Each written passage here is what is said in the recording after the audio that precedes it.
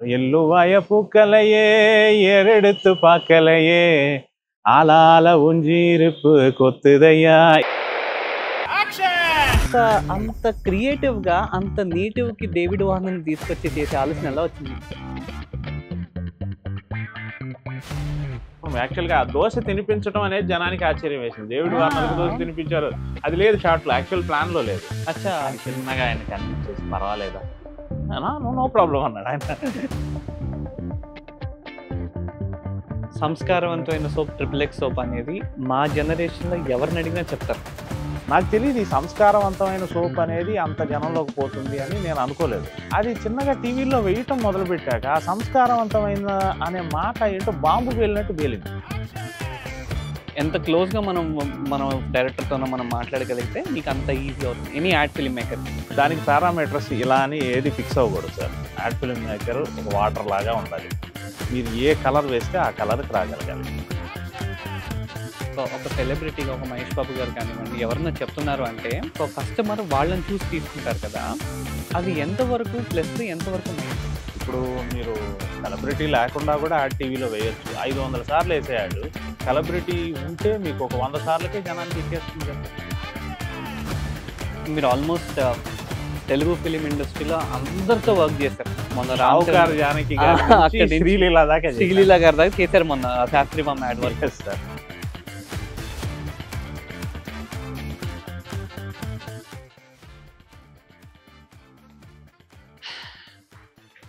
చాలాసార్లు నాకు అనిపిస్తుంది XXX యాడ్ చూసినప్పుడు కానీ తెనాలి డబుల్స్ యాడ్ చూసినప్పుడు కానీ ఆ యాడ్లో ఉన్న ఎమోషన్స్ అండ్ రుచికరంగా ఉంటుంది, అనుబంధాలు పెంచుతుంది. ఈ స్టేట్మెంట్స్ అరే భలే చెప్పారే, భలే చెప్పగలిగారే, అసలు ఎలా చేశారు, ఎవరు చేశారని నాకు చాలా బాగా క్యూరియాసిటీ ఉంటుంది. అండ్ మీకు కూడా ఉండుండొచ్చు, ఎందుకంటే మెజారిటీ ఆఫ్ తెలుగు స్టేట్స్ బ్రాండ్స్ని మీ హౌస్ హోల్డ్లో ఏదో ఒక టైంలో మీరు వాడుతూ ఉంటారు. కానీ ఆ వాడుతున్న ముందు మీరు ఎక్కడో చోట ఒక యాడ్ చూసుంటారు. ఆ యాడ్లో వచ్చిన స్టేట్మెంట్ వల్లనే మనం కొనగలుగుతున్నాం. ఇవాళ we are going to bring the senior most and Telugu స్టేట్స్లో ఆయన పేరు ఇండస్ట్రీలో one of the biggest ad film maker Yamuna Kishore గారిని. ఆయనతో ఇవాళ మనం మాట్లాడుతుంది యాడ్ ఫిలిం గురించి, ఈ యాడ్ ఫిలిం తీయడానికి వెనక బిహైండ్ ఎలా జరుగుతుందని కూడా కాకుండా యాడ్ ఫిల్మ్ చేసేటప్పుడు ఆయన కెరియర్లో చాలా కష్టాలు నేను పర్సనల్గా చూశాను.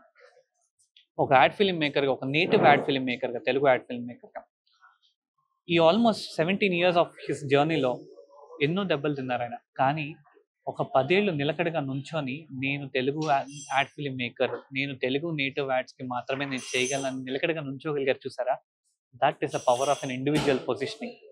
ఆ పొజిషనింగ్ ఒక మనిషిని ఏదో ఒక రోజు పైకి తీసుకొని వస్తుంది. అటువంటి మనిషి ఇవాళ పాడ్కాస్ట్లో అసలు యాడ్ ఫిలిం యొక్క కాన్సిక్వెన్సెస్ ఏంటి, ఎలా తీస్తారు, దాని క్రియేటివ్ ఐడియాలజీ ఏంటి, మార్కెట్ ఎలా ఉంటుంది, అండ్ దాంతో పాటుగా ఇండస్ట్రీలో తనకి ఉన్న రిలేషన్స్, విశ్వనాథ్ గారు కానివ్వచ్చు, సిరివెన్నెల సీతారామ శాస్త్రి గారు కానివ్వచ్చు, వీళ్ళతో ఉన్న రిలేషన్ వల్ల ఆయన ఎంత నేర్చుకోగలిగారు, ఆ రిలేషన్స్ వల్ల ఆయన ఎంత గ్రో చేసుకోగలిగారు అనేది అన్నీ నేర్చుకోవడంతో పాటు ఒక యాడ్ ఫిలిం కెరియర్ని మనం ఎలా చూస్ చేసుకోవాలి, అసలు మన కెరియర్ చూస్ చేసుకోవాలా లేదా కూడా ఇవాళ ఈ యాడ్ ఫిల్మ్ ఈ పాడ్కాస్ట్లో మాట్లాడాను. బట్ మనం పాడ్కాస్ట్కి వెళ్ళే ముందు ప్రతిసారి నేను అనేది please like and subscribe the podcast so that I can get you better podcast in next series. So why we have to wait, let's go. Even నేను కూడా చాలా ఎక్సైటింగ్గా ఉన్నాను. Let's go watch the podcast. Welcome to in talks Kishore garu. Thank you so much వచ్చినందుకు కూడా. నాకు చాలా thank you. So నేను మీతో చాలా మాట్లాడదాం అనుకుంటున్నాను, కానీ మీరు నాకు ఆల్మోస్ట్ 4 ఏళ్ళ నుంచి పరిచయం సార్. సో ఈ 4 ఏళ్లలో నేను మీ గురించి తెలుసుకొని, మీరంటే నాకు మంచి అభిమానం పర్సనల్గా. సో ఈ పాడ్కాస్ట్ చేద్దామని కూడా బయట వాళ్ళకి అసలు పలానా యమున కిషోర్ గారు ఎలా ఏంటి అనేది తెలియదు కూడా. చాలా మందికి తెలుసు, మీరు ఒక ఇండస్ట్రీ సర్కిల్స్లో తెలుసు, ఇండస్ట్రీ సర్కిల్స్లో తెలుసా.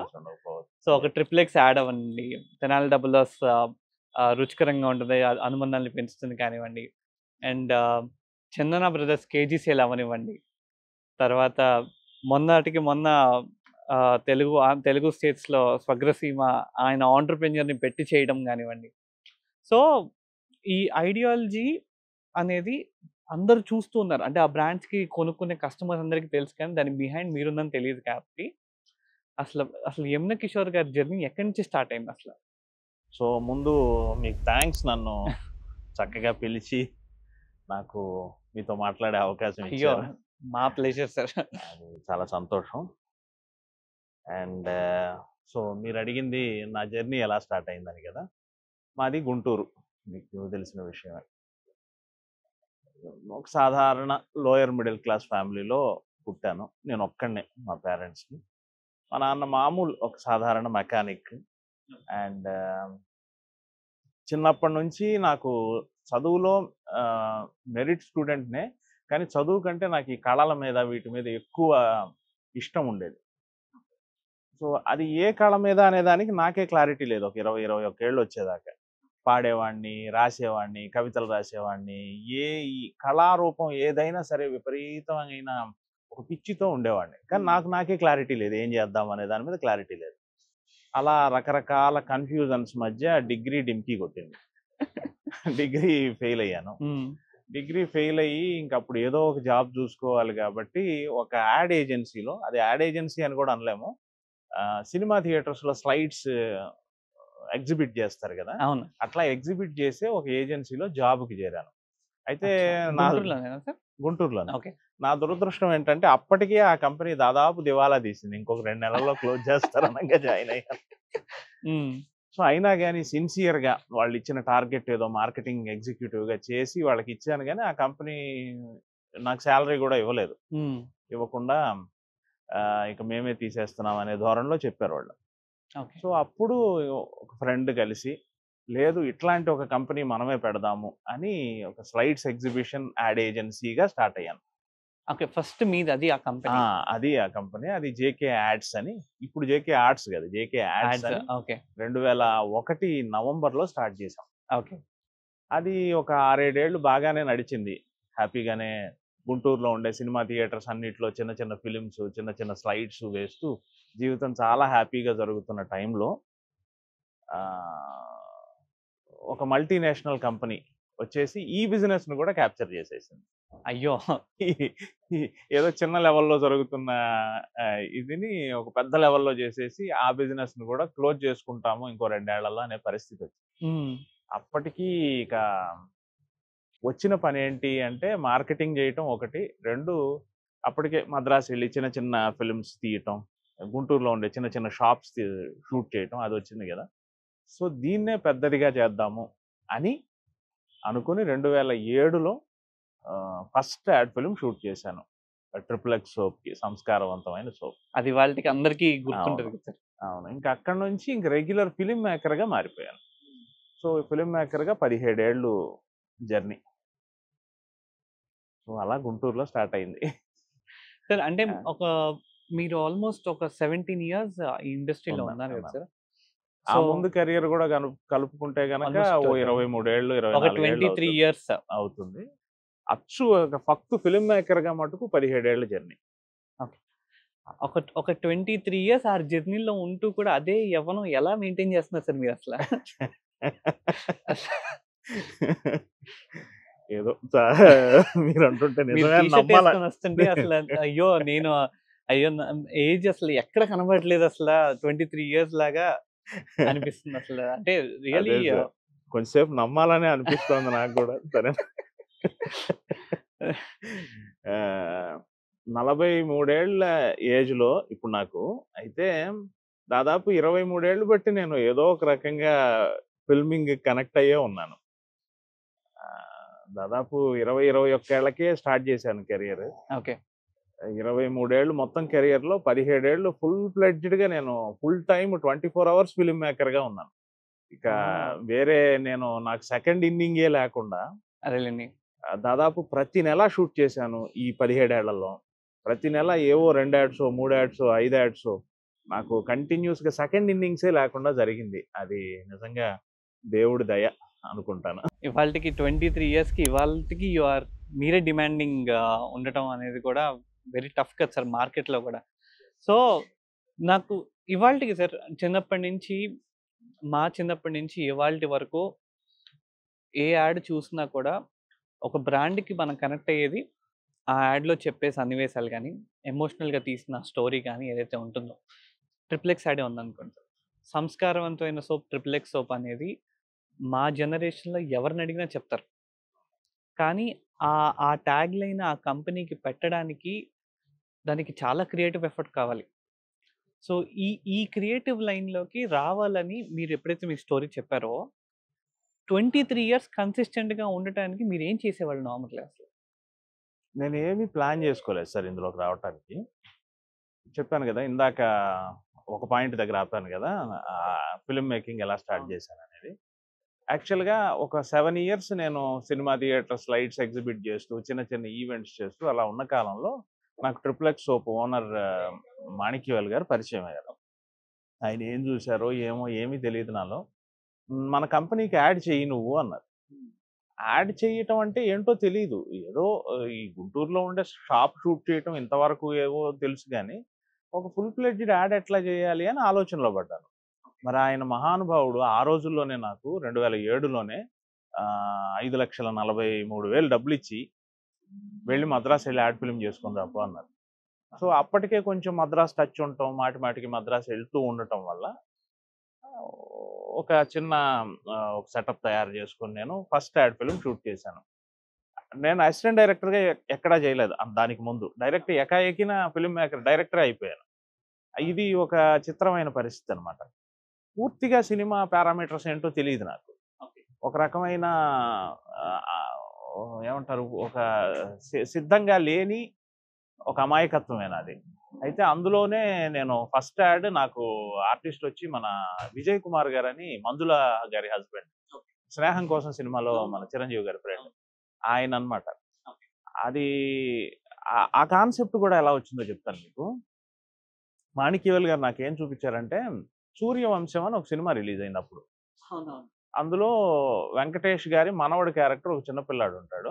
వెంకటేష్ గారు అనుకోకుండా ఇంకి ఇలా కొడతాడు. కొట్టగానే ఆ పిల్లాడి షర్ట్ మీద పడుతుంది. బాబు చూడలేదు అని ఏదో చెప్తే, "ఏముందండి పర్వాలేదని" చెప్పి వెళ్ళిపోతాడు ఆ పిల్లాడు. వెళ్ళిపోతే ఎంత అసలు ఇంత మర్యాద ఆ పిల్లాడికి అని ఆయన అంటాడు.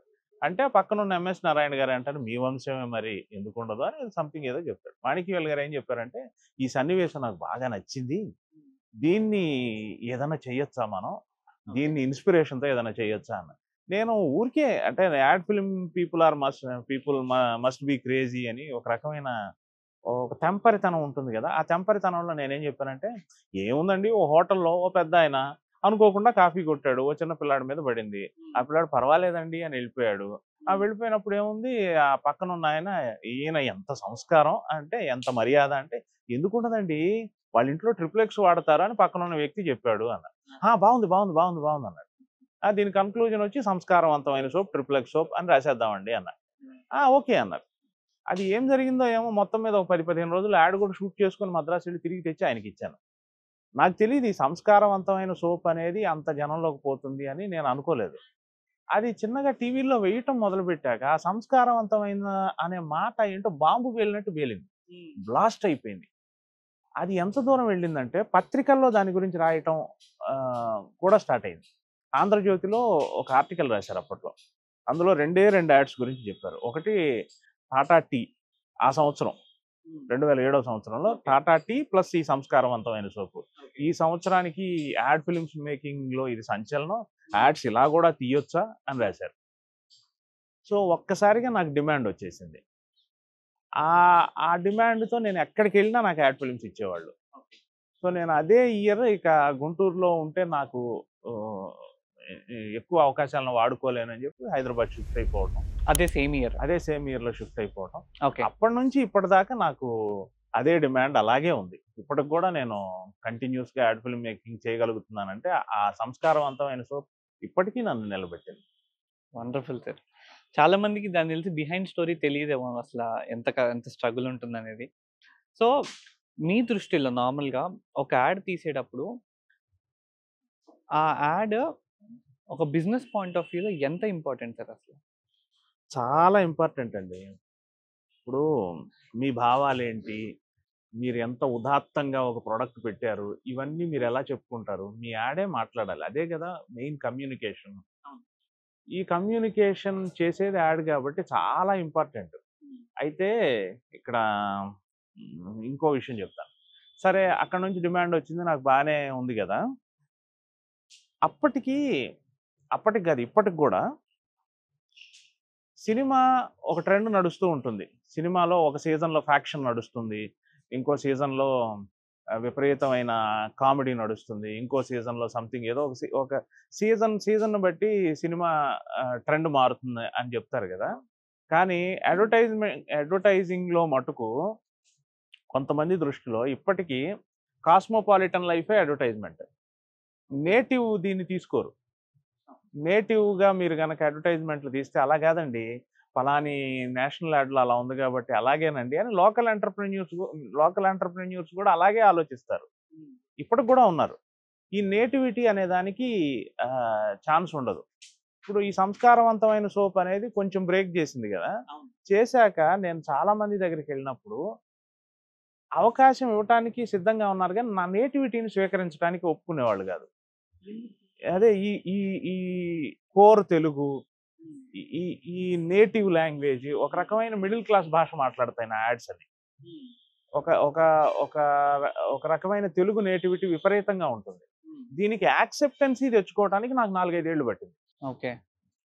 ఇప్పటికీ యాడ్ అంటే ఒక పారామీటర్‌లో ఒక బాంబే కాస్మోపాలిటన్ లైఫ్‌లో జరిగేదే యాడ్ అనేది ఇప్పటికీ ఒక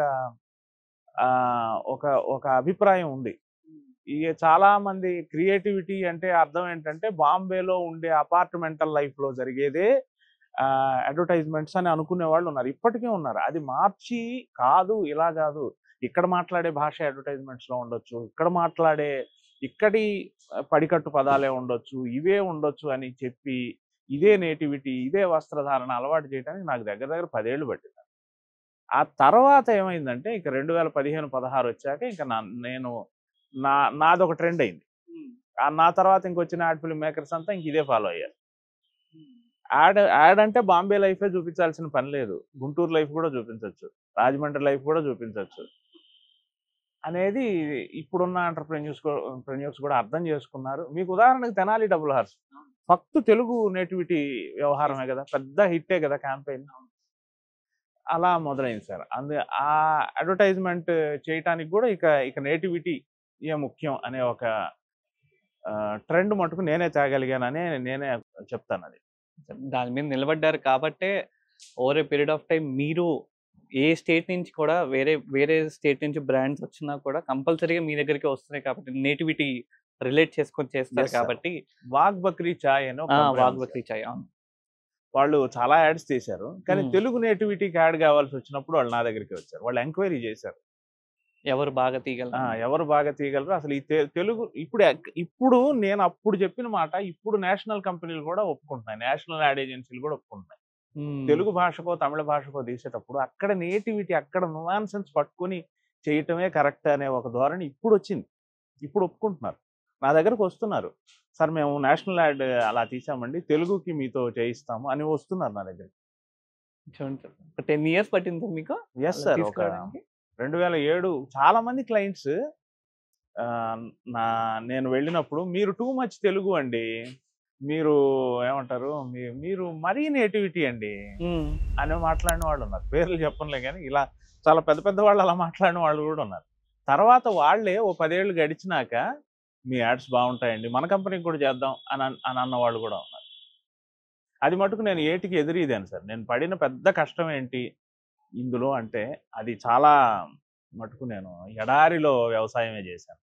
ఈ నేటివిటీ, ఇక్కడి భాష, ఇక్కడ నువాన్సెస్, ఇక్కడ వాతావరణం, ఇక్కడ వస్త్రధారణ, ఇందులో మటుకు చాలా గట్టిగానే చేశాను. మీరు నా యాడ్స్ అన్ని చూస్తే మీకే అర్థం అవుతాయి. అన్నీ చూశాను సార్, నేను అన్ని యాడ్స్ చూసాను సార్. ఇప్పుడు దీనిలో మీరు ఒక నేటివిటీలో మీరు తీసుకున్నప్పుడు ఆబ్వియస్లీ సో తెలుగులోనే చాలా కల్చరల్ సెన్సిటివిటీ ఫ్యాక్టర్స్ ఉన్నాయి. సో కొన్ని బ్రాండ్స్లో కొన్ని మన నేటివ్ ఫ్యాక్టర్స్ మనం వాడుకుంటున్నప్పుడు ఇంకొకరికి అఫెన్సివ్గా కనిపించడం, మీరు తీసుకున్నప్పుడు ఎప్పుడన్నా ఇలాంటివి అబ్జర్వ్ చేశారా సార్? మామూలుగా నాకు ఎప్పుడు ఎదురవ్వలేదు సార్ అలా. ఏ లైఫ్ అయినా, శ్రీకాకుళం లైఫ్ అయినా చిత్తూరులో యాక్సెప్టెన్సీ ఉంది, నిజామాబాద్ లైఫ్ అయినా మహబూబ్ నగర్లో యాక్సెప్టెన్సీ ఉంది. అటువంటి సమస్య ఎప్పుడు రాలేదు. అయితే ఇక్కడ తెలుగు సామెతలు వాడటానికో, లేకపోతే తెలుగు యాస వాడటానికో కొంతమంది ఒక స్టాండర్డ్ ఇదే ఉండాలి. అవి వాడొద్దు అనేలాగా ఉంది. కానీ అది ఎమెచ్యూరిటీ అనుకుంటాను. అవసరం లేదు. ఏ జిల్లా భాష అయినా మనకి యాక్సెప్టబులే. మనం చెప్పే స్టైల్‌లో మనం చెప్పాలి ఇంక చెప్పే దాన్ని. స్టైల్‌లో మనసుకి ఎంత హత్తుకునేలాగా చెప్తాము అనేది, ఈ క్యారెక్టర్ ఇదే భాష మాట్లాడాలి అనే అసలు రూలే లేదు. ఇప్పుడు మీరు పాత సినిమాలు చూస్తే మీకు రమణారెడ్డి గారు అని ఒక ఆర్టిస్ట్ ఉంటారు. హ్మ్. ఆయనకి మీరు ఏ డైలాగ్ ఇచ్చినా నెల్లూరు యాక్సెంట్‌లోనే చేస్తారు. హ్మ్. నాకు తెలిసి ఆయన ఒక 400, 500 సినిమాలు చేశారు. 500 సినిమాల్లో ఆయన అదే భాష మాట్లాడారు. మరి ఆయన్ని ఎలా యాక్సెప్ట్ చేశారు? జనాలు మారుతున్నారు. జనాలు ఊరికే ఫీలింగ్ అన్నమాట అంతే. ఈ ప్రాంతం ఈ భాష మాట్లాడితేనే అని. ఏం లేదు. ఏది చేసైనా యాక్సెప్ట్ చేయొచ్చు.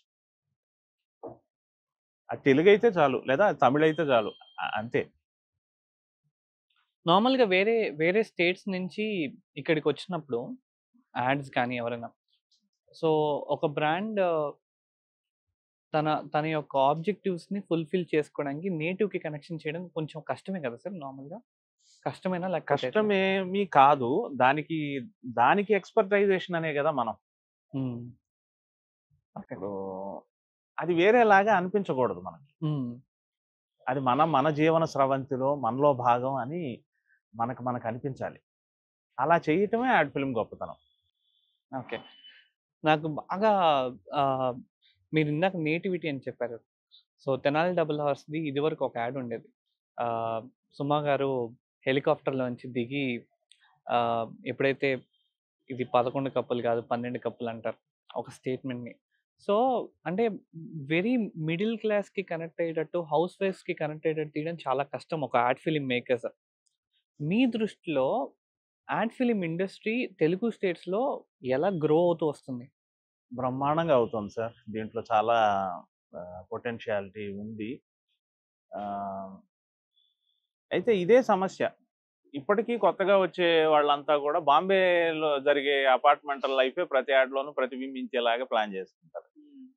అలా కాకుండా ఈ నేటివిటీలోకి చొచ్చుకొస్తే అది అది ఎప్పుడు సక్సెస్ అవుతుంది. ఎప్పుడు బావుంటుంది. అది కొంచెం తక్కువ చేస్తున్నారు. దాదాపు ఇప్పుడు చాలా మందికి అర్థమైంది. ఈ అడ్వర్టైజ్‌మెంట్‌లు ఇక్కడ నేటివిటీతో చేస్తేనే ఇక్కడ జనానికి తొందరగా కనెక్ట్ అవుతాయనేది ఇప్పుడు చాలా మందికి అర్థమైంది. ఇది ఇంకా మారుతుందనే అనుకుంటున్నాను సార్. Going forward. హ్మ్. సో, అన్ని నేషనల్ బ్రాండ్స్ కూడా కంపల్సరీగా రీజనల్‌కి వచ్చేసినాయి కదా సార్. ఏ హ్మ్. రీజనల్‌కి ఏ లాంగ్వేజ్‌కి ఆ లాంగ్వేజ్ చేసుకుంటూ వస్తున్నాయి. చేస్తున్నారు. ఆ పర్టిక్యులర్ ఈవెన్ డబ్ చేసేటప్పుడు కూడా కొన్ని జాగ్రత్తలతో మునుపట్లాగా లేదిప్పుడు. చాలా జాగ్రత్తగానే ఓకే. నేటివిటీని పట్టుకురావడానికి ట్రై చేస్తున్నారు. ఓకే. మీ నేనొచ్చినప్పుడు ఇలా లేదు. నేనొచ్చినప్పుడు చాలా కష్టంగా ఉండేది నాకు. ఓకే. ఎలా ఉండేది సార్? అసలప్పుడు ఎవరు ఒప్పుకునేవాళ్ళు గాదు. ఇట్లా గాదు, ఇంకేదో జరగాలి. అలా చూడండి సార్, అందులో చూడండి సార్ అదే. అది ఏదో ఒక ఉదాహరణ చెప్పేవాళ్ళు. అది ఫక్తు బాంబేలో, వాషీలోనో, నెరూల్‌లోనో, బాంద్రాలోనో జరిగే ఒక అపార్ట్‌మెంట్ కథ. అలాగే ఉండాలి యాడ్ అనేవాళ్ళు. అలా ఎందుకుండాలి అనేవాడిని నేను.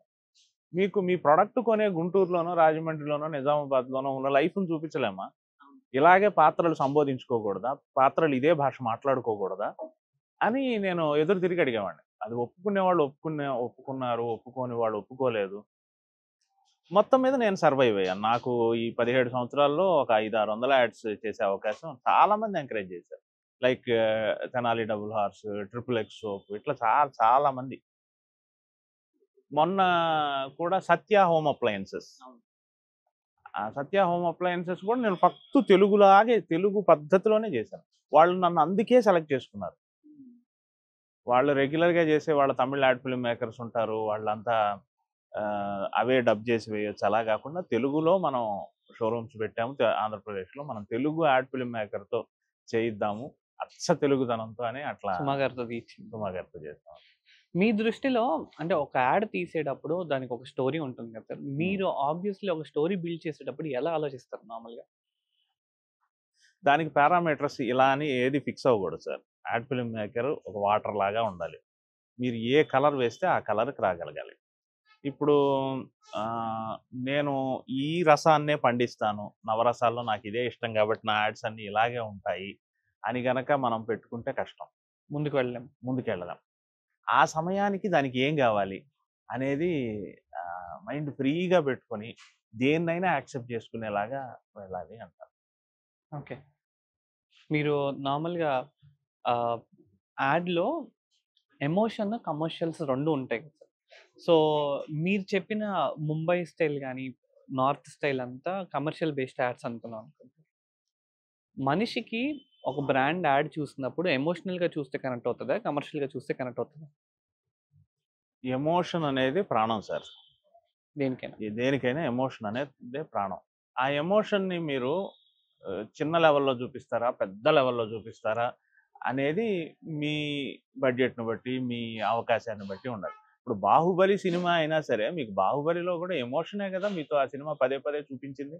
మీరు పదే పదే చూసారంటే ఆ మదరు, ఆ సెంటిమెంట్ ఎక్కడో మీకు వర్కౌట్ అయినాయి కదా!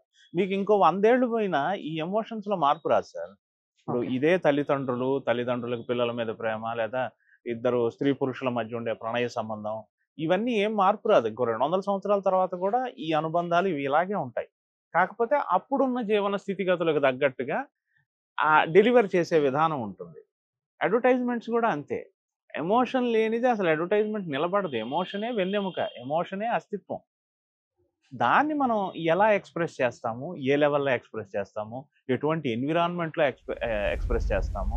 ఎటువంటి ఆర్టిస్టులతో చేస్తాము? ఇదంతా అప్పుడున్న అవకాశాన్ని బట్టి, ఆ ప్రొడక్ట్ మనకిచ్చే సోర్స్‌ని బట్టి, వసతులను బట్టి మనం నిర్ణయించుకోవాలి. సో, ఒక డైరెక్టర్‌గా మీరు ఆల్‌మోస్ట్ 23 ఇయర్స్ ఉన్నప్పుడు 17 years 17 ad years film calculate మేకర్‌గెళ్ళింది. చేసుకున్నాం సార్. 23 ఇయర్స్ మొత్తం కెరియర్ అంతే. 17 ఇయర్స్ మీరు డైరెక్టర్‌గా ఉన్నప్పుడు మీ కింద ఆల్‌మోస్ట్ మిమ్మల్ని చూసి గ్రో అయిన వాళ్ళు కూడా చాలా ఉంటారు. చాలా మంది ఉన్నారు. సో, ఇండస్ట్రీలో మీరొక ఒక ఒక స్టాండర్డ్‌గా ఒక పెద్ద యాడ్ ఫిల్మ్ మేకర్‌గా ఉన్నప్పుడు, మీ నుంచి జనాలు చూసి ఏం నేర్చుకోవచ్చు ఫస్ట్ థింగ్? ఒక 3 పాయింట్స్ మీ నుంచి నేర్చుకోవాలంటే. అది నేనెలా చెప్తాను. అంటే నేను నేను చెప్తాను నాకు. సో, నేను అబ్జర్వ్ చేసింది మీరు సెట్‌లో చాలా కూల్‌గుంటారు. అంటే ఎంత ఎంత ప్రెషర్ ఉన్నా సరే, అది కూల్‌నెస్ నాకు తెలిసి ఎక్స్‌పీరియన్స్ వల్లే వస్తదేమో. 2 మీరు పెట్టిన స్టేట్మెంట్స్ ఒక బ్రాండ్స్‌ని మార్చేసినాయి యాడ్ ఫిల్మ్స్‌కి. 3 ఆ కథ ఏదైతే ఉంటుందో, నేటివిటీ ఏదైతే ఉంటుందో, నాకు తెలిసి నేను తెలుగు స్టేట్స్‌లో చాలా తక్కువ చూసానది. ఇవే మేజర్ క్వాలిటీస్ అంటారా? ఎనీ యాడ్ డైరెక్టర్‌కి ఉండాల్సిన క్వాలిటీస్ అవి మీ దృష్టిలో? అలా అని చెప్పలేము.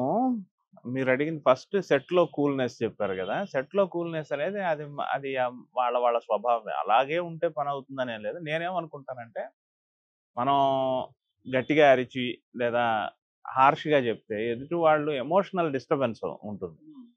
వాళ్ళు వాళ్ళ తాలూకు సృజన వ్యక్తం చేయగలిగేంత వ్యక్తం చేయలేరు.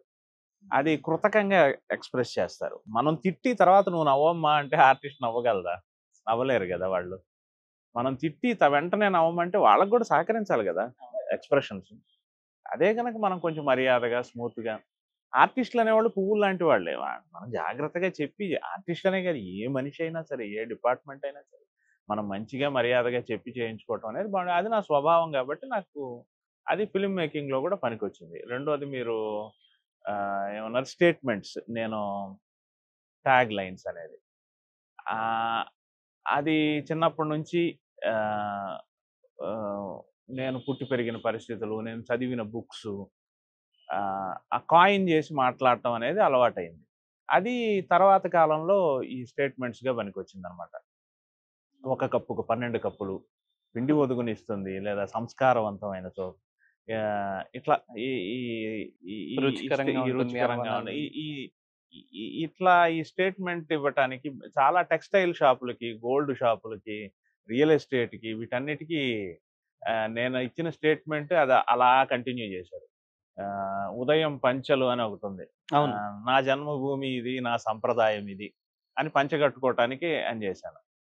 'నాగార్జున' గారు. ఇప్పటికి గూడా వాళ్ళు అదే కంటిన్యూ చేస్తున్నారు. నా జన్మభూమి ఇది, నా సంప్రదాయం ఇది. ఇది రాసే వాళ్ళు ఇది చేస్తున్నారు. ఇవన్నీ నా ఫీలింగ్స్ అన్నమాట. నా భావాలు. మీరేంటో మీ ఫిల్మ్ మేకింగ్ అంతే సార్. మీ మీ లైఫ్ ఏంటో, మీ భావాలేంటో, మీ పరిస్థితులేంటో అదే మీరు ఫిల్మ్ మేకింగ్‌లో అప్రయత్నంగా అయిపోతుంది. మీరేం కావాలని చేయరది. ఇప్పుడు ఇప్పుడు నా యాడ్ ఫిల్మ్ మేకింగ్‌లో మీరు చూసే ఆ వాతావరణం అంతా మా ఇంట్లో వాతావరణమే. నేను నా భార్యతో ఎలా మాట్లాడతానో, నా భార్య నాతో ఎలా మాట్లాడుతుంది, నా పిల్లలతో ఎలా నేను అదే స్క్రీన్ మీద చూపిస్తాను. నాకింక అంతకంటే వేరే లైఫ్ తెలీదు. ఇప్పుడు మీ లైఫ్ ఏంటో అదే అక్కడ రిఫ్లెక్ట్ అవుతుంది. ఇప్పుడు విశ్వనాథ్ గారి సినిమాలున్నాయి సార్. విశ్వనాథ్ గారి సినిమాల్లో ఆయన లైఫ్ ఏంటి అంటే విశ్వనాథ్ గారితో నేను చాలా యాడ్స్ చేశాను కాబట్టి ఇంత సాధికారికంగా చెప్తున్నాననమాట. ఆయన ఏంటో, ఆయన అభిప్రాయాలేంటో, ఆయన లైఫ్ ఏంటో అదే మీకక్కడ సినిమాల్లో కూడా కనపడింది.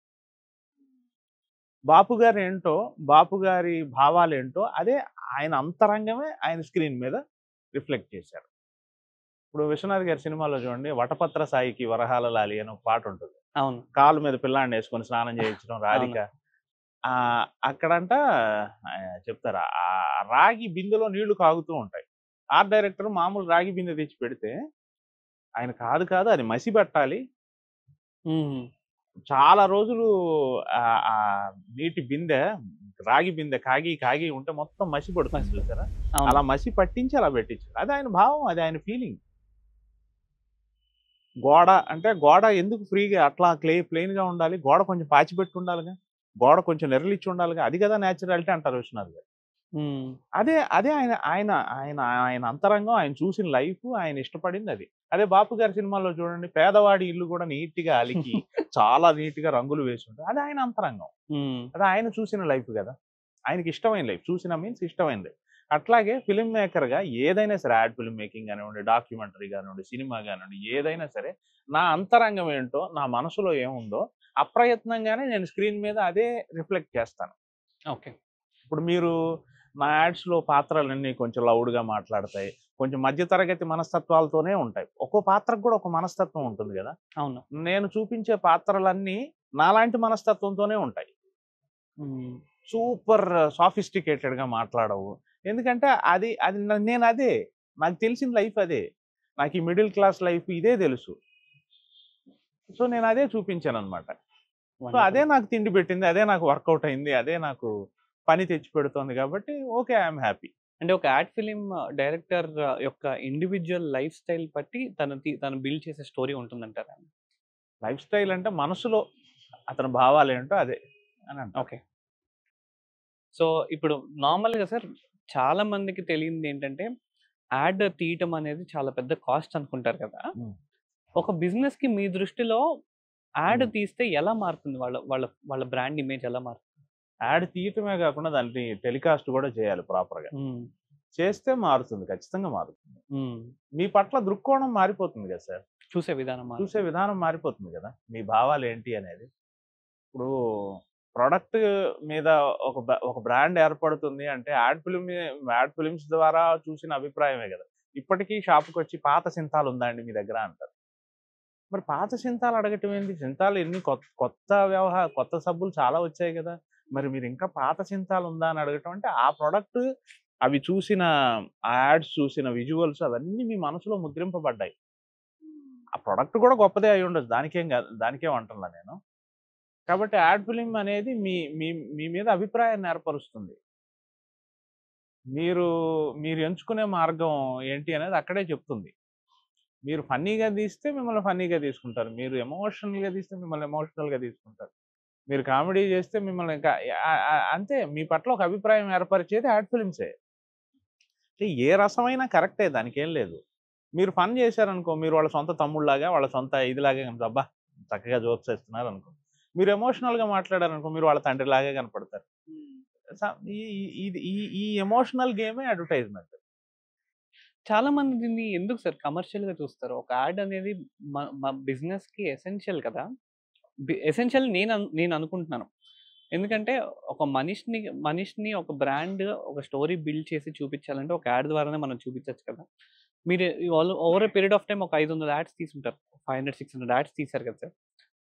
ఎంతో మంది కస్టమర్స్‌ని మీరు ఇది అవసరమా? అవసరం లేదా? అని కూడా ఆలోచించే ఉంటారు కదా!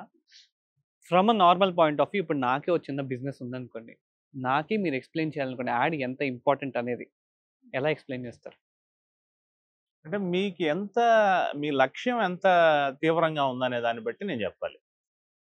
మీరు మీ మీ తాలూకు ఉద్దేశ్యం, మీ తాలూకు గమ్యం, లక్ష్యం మీద మీకెంత క్లారిటీ ఉందనేది చూసుకోవాలి. చూసుకొని నేను ఈ సంవత్సరంలో ఇది చేయాలనుకున్నానండి. ఖచ్చితంగా నేను ఈ పాయింట్‌కి రీచ్ అవ్వాలి. అంటే అది నేను అయిపోవాలి ముందు. దానికి ఇలా చేస్తే బావుంటుంది, అలా చేస్తే బావుంటుందని చెప్పగలగాలి నేను.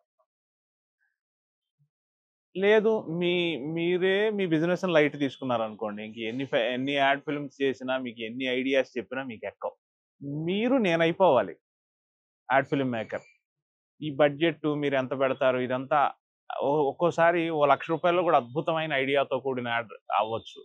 1,00,00,000 పెట్టినా కూడా నిస్సారంగా ఉండొచ్చు. మీ మీ తాలూకు మీ భావాలే మా యాడ్స్. సార్ ఎట్టి పరిస్థితుల్లో ఈ సీజన్‌లో నేను నా ప్రత్యర్థి కంటే ముందుకెళ్ళాలి అన్నాడనుకోండి. ఇంక మీరు నేనైపోవాలి. ఇక మీ భావాలను నేను నరనరాల్లో ఎక్కించుకోవాలి. అది ఎలా అని చెప్పి దానికి తగిన ఏమి కాన్సెప్ట్ చేయొచ్చు అనేది నేను చూడాలి.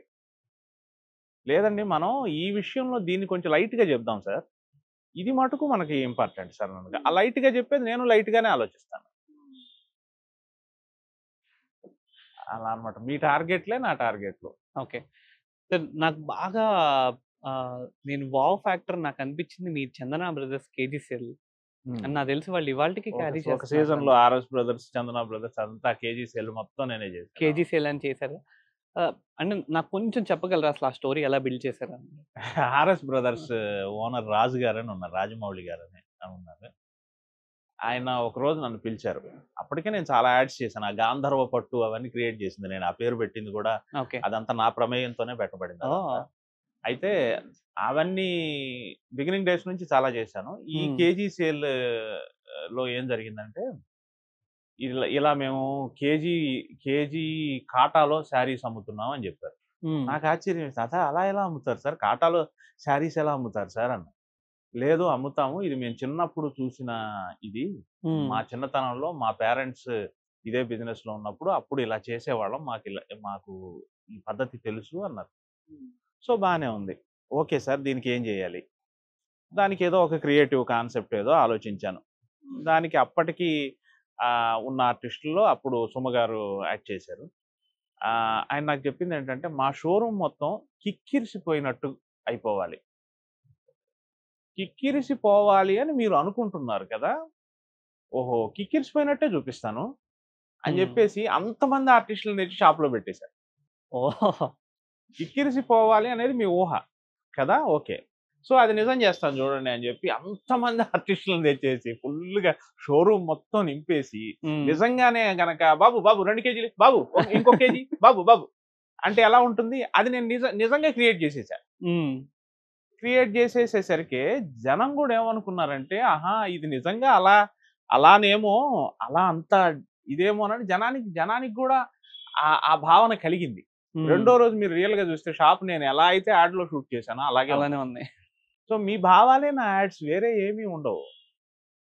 ఓ అమ్యూజ్‌మెంట్ పార్క్‌కి యాడ్ షూట్ చేస్తున్నాను.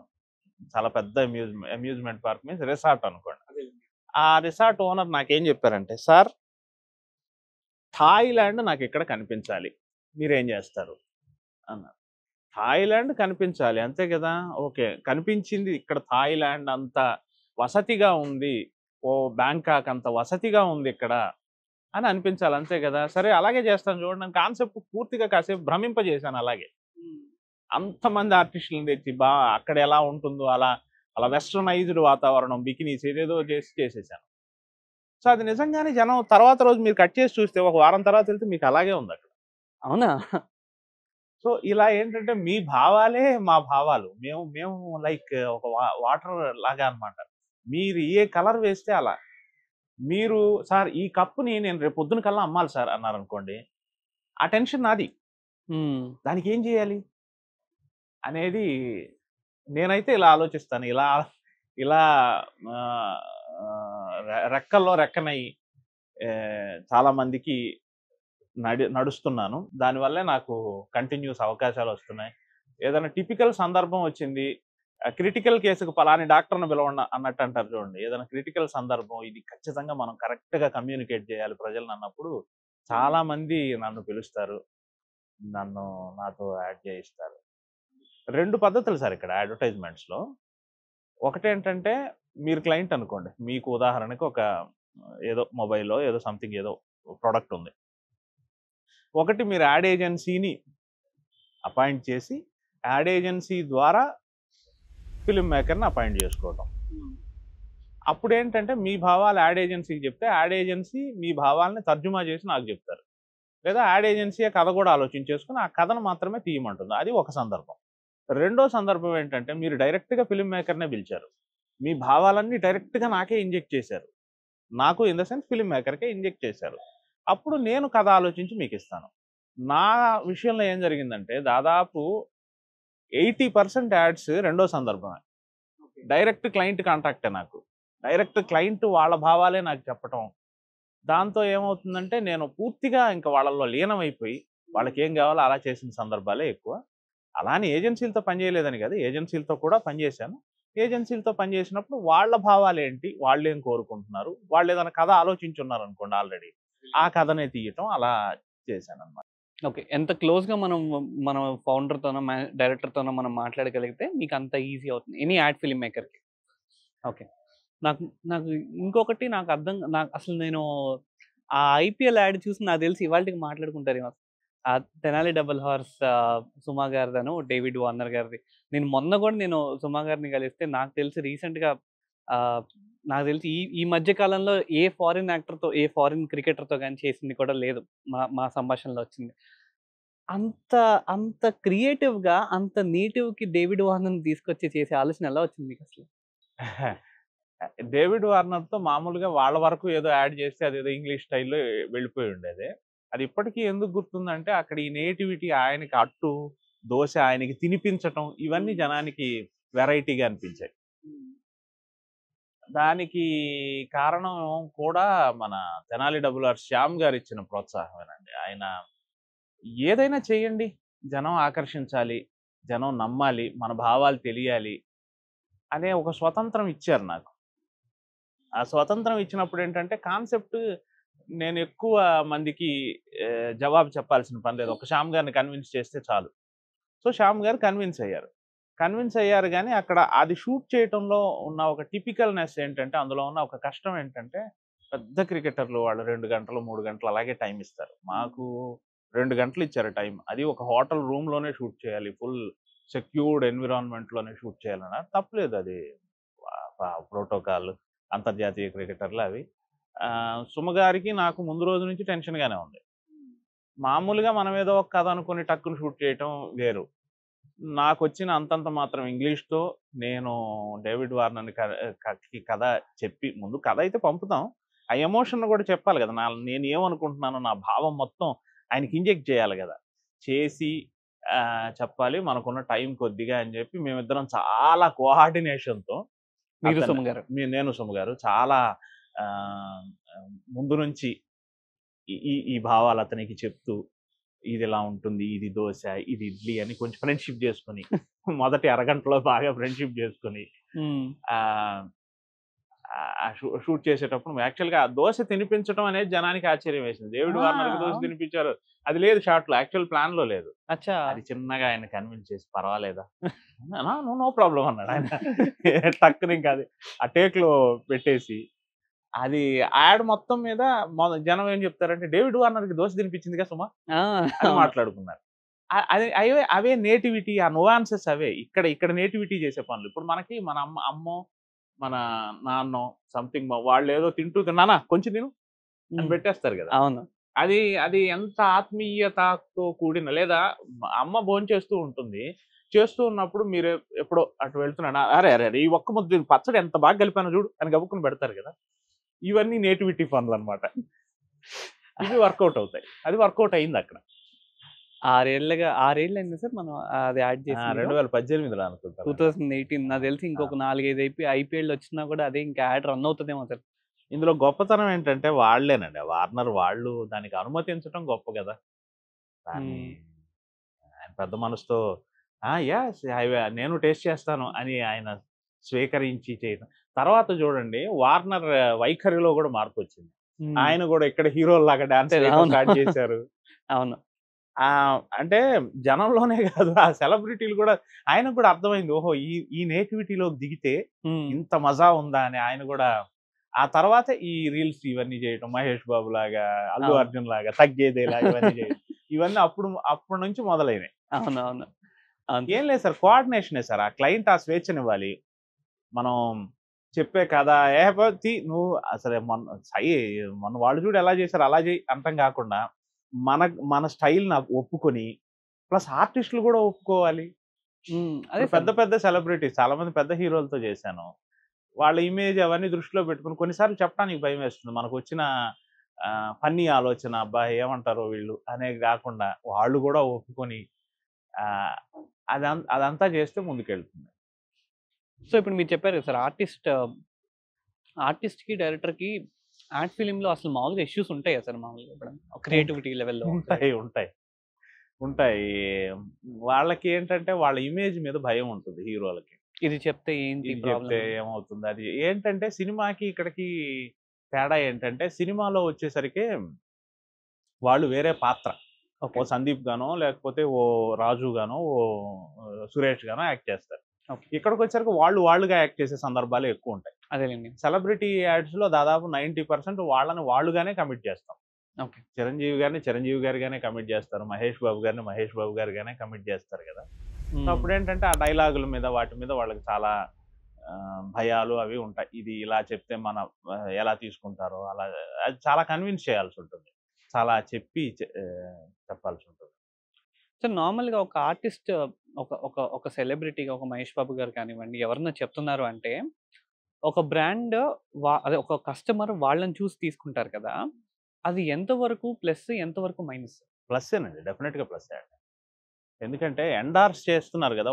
వాళ్ళ తాలూకు ఇమేజ్ మొత్తం మీకు ఎండార్స్ అవుతుంది గదండీ!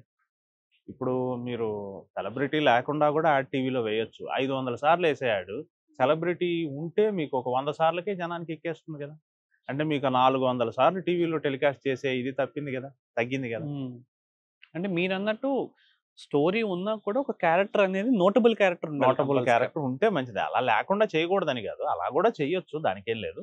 ప్లస్ వాళ్ళ తాలూకు ఒక స్వభావం గూడా మనకి యాడ్ అయిపోతుంది గదా! హ్మ్. వాళ్ళు ఎటువంటి వాళ్ళో మన ప్రొడక్ట్ గూడా అటువంటిది అనుకుంటారు గదా! అది ఎప్పుడు ప్లస్సే. సరే ఇప్పుడు ఒకవేళ అది ఒక సెలబ్రిటీ ప్రొడక్ట్‌ని ఎండోర్స్ చేసిన తర్వాత దానిలో నెగటివిటీ వచ్చిందనుకోండి. ఇప్పుడు ఆ నెగటివిటీ వస్తే ఆ సెలబ్రిటీ రెప్యుటేషన్ కూడా డ్యామేజ్ అవుతుంది కదా! మీరు దాని మీద ఏమన్నా కేర్ తీసుకుంటారా? యాడ్ ఫిల్మ్ చేసేటప్పుడు ఎనీ యాడ్ ఫిల్మ్ డైరెక్టర్స్. సహజంగా అండి ఏ కంపెనీ అయినా మంచి కంపెనీ అయితేనే యాడ్ ఫిల్మ్ మేకర్ అయినా యాడ్ చేయాలనుకుంటాడు. యాడ్ ఏజెన్సీ అయినా యాడ్ చేయాలనుకుంటుంది. వాళ్ళకి వర్క్ చేయాలనుకుంటుంది. ఈవెన్ సెలబ్రిటీ అయినా అంతే అనుకుంటారు. కాలక్రమంలో ఏంటంటే ఇప్పుడు బాగున్న కంపెనీ ఓ 10 ఏళ్ల తర్వాత దివాలా తీసిందనుకోండి. మనం ఏం చేయలేం గదా! మనం ఊహించలేం గదా! భవిష్యత్తులో. అలా గూడా అవుతూ ఉంటాయి. యాడ్స్ చేసే సందర్భాల్లో అప్పుడు ఆ కంపెనీ ప్రాస్పరస్‌గా కనపడుతుంది మనకి. ఏవో కాలమాన పరిస్థితులు, వాళ్ళ తప్పుడు డెసిషన్స్‌తో ఆ కంపెనీలు నేలమట్టం అయిపోయి గూడా ఉంటాయి. అప్పుడు సహజంగా సెలబ్రిటీని గూడా విమర్శిస్తున్నారు. కానీ ఇక్కడ అర్థం చేసుకోవాల్సిందేంటంటే, వీళ్ళు కావాలని చెయ్యరు గదా! జనానికి నష్టం చేస్తుంది ఈ కంపెనీ అంటే వీళ్ళు చెయ్యరు గదా! కానీ కొన్ని సార్లు వాళ్ళ సెలబ్రిటీలు గూడా మాటలు పడాల్సొస్తోంది. అది విధి అలా ఉంది అనుకోవటమే. మీరు ఆల్‌మోస్ట్ తెలుగు ఫిల్మ్ ఇండస్ట్రీలో అందరితో వర్క్ చేశారు. దగ్గర దగ్గర సార్. అందరితో. దగ్గర రైట్ దగ్గర. ఫ్రమ్ మొన్న 'రామ్ చరణ్' 'షావుకార్ జానకి' గారి నుంచి అక్కడి నుంచి 'శ్రీలీల' దాకా చేశాను. 'శ్రీలీల' గారి దాకా చేశారు మొన్న 'శాస్త్రి బామ్మ' యాడ్ వరకు. Yes sir. సో, ఇంతమందిలో మీకు నచ్చిన ఆర్టిస్ట్ ఎవరు? అంటే అలా అయ్యో! భలే చెప్పలేం. చేశారే ఈ ఆర్టిస్ట్. భలే చేశారే అని తనకు చెప్పలేం. అంటే స్టార్‌డమ్ ఉన్నా ఒక్కొక్క కూడా డౌన్ టు ఎర్త్ ఉండి ఆహ్, అందరూ డౌన్ టు ఎర్తే సార్. అందరూ మంచివాళ్ళే. మన రిఫ్లెక్షనే వాళ్ళు సార్. హ్మ్. మనం మనం అడమెంట్‌గా ఉంటే వాళ్ళు అడమెంట్‌గానే ఉంటారు. ఓకే. మనం సున్నితంగా ఉంటే మొదట్లో వాళ్ళు కొంచెం మన పట్ల భయంగా ఉన్నా, మన పట్ల కొద్దిగా కరుకుగా ఉన్నా, హ్మ్. వెంటనే వాళ్ళు మన దారికొచ్చేస్తారు. మొదటి యాహ్! అరగంట, గంట అంతే. నా ఓకే. నా అనుభవం అయితే ఇంతే. ఓకే. మనం మనం ఓ అని మనం గనక బిల్డప్ ఇస్తూ ఉంటే వాళ్ళు బిల్డప్ ఇస్తారు. ఇంకా వాళ్ళ బిల్డప్ మనం తట్టుకోలేం. హ్మ్. అది సరెండర్‌నెస్సే కరెక్ట్ అంటాను.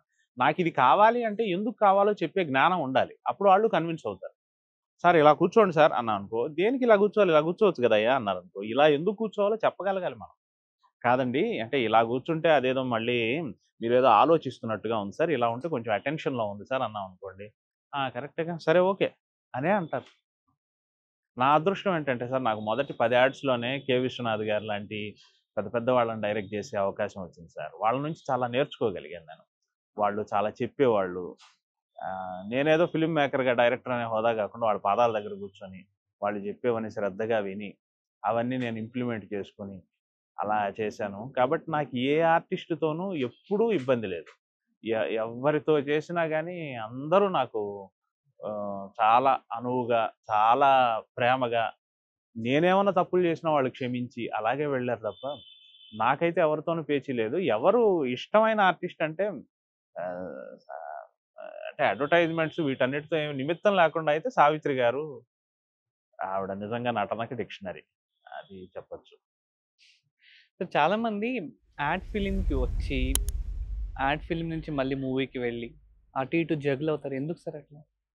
వాళ్ళకి యాడ్ ఫిల్మ్ అంటే ఏంటో తెలీదు. సినిమా కోసం వస్తారు యాక్చువల్‌గా. సినిమా దగ్గర ఏదో ప్రాపర్ ఛాన్స్ దొరకటం లేట్ అవుతుందో సంథింగ్ ఏదో అయినప్పుడు ఏంటంటే ఒక మజిలీగా ఇక్కడికొస్తారు. వాళ్ళకి ఇక్కడ దీని మీద ప్రేమ ఉండదు. దీన్ని అర్థం చేసుకోరు. దీన్ని అర్థం చేసుకోవాలని ప్రయత్నించరు.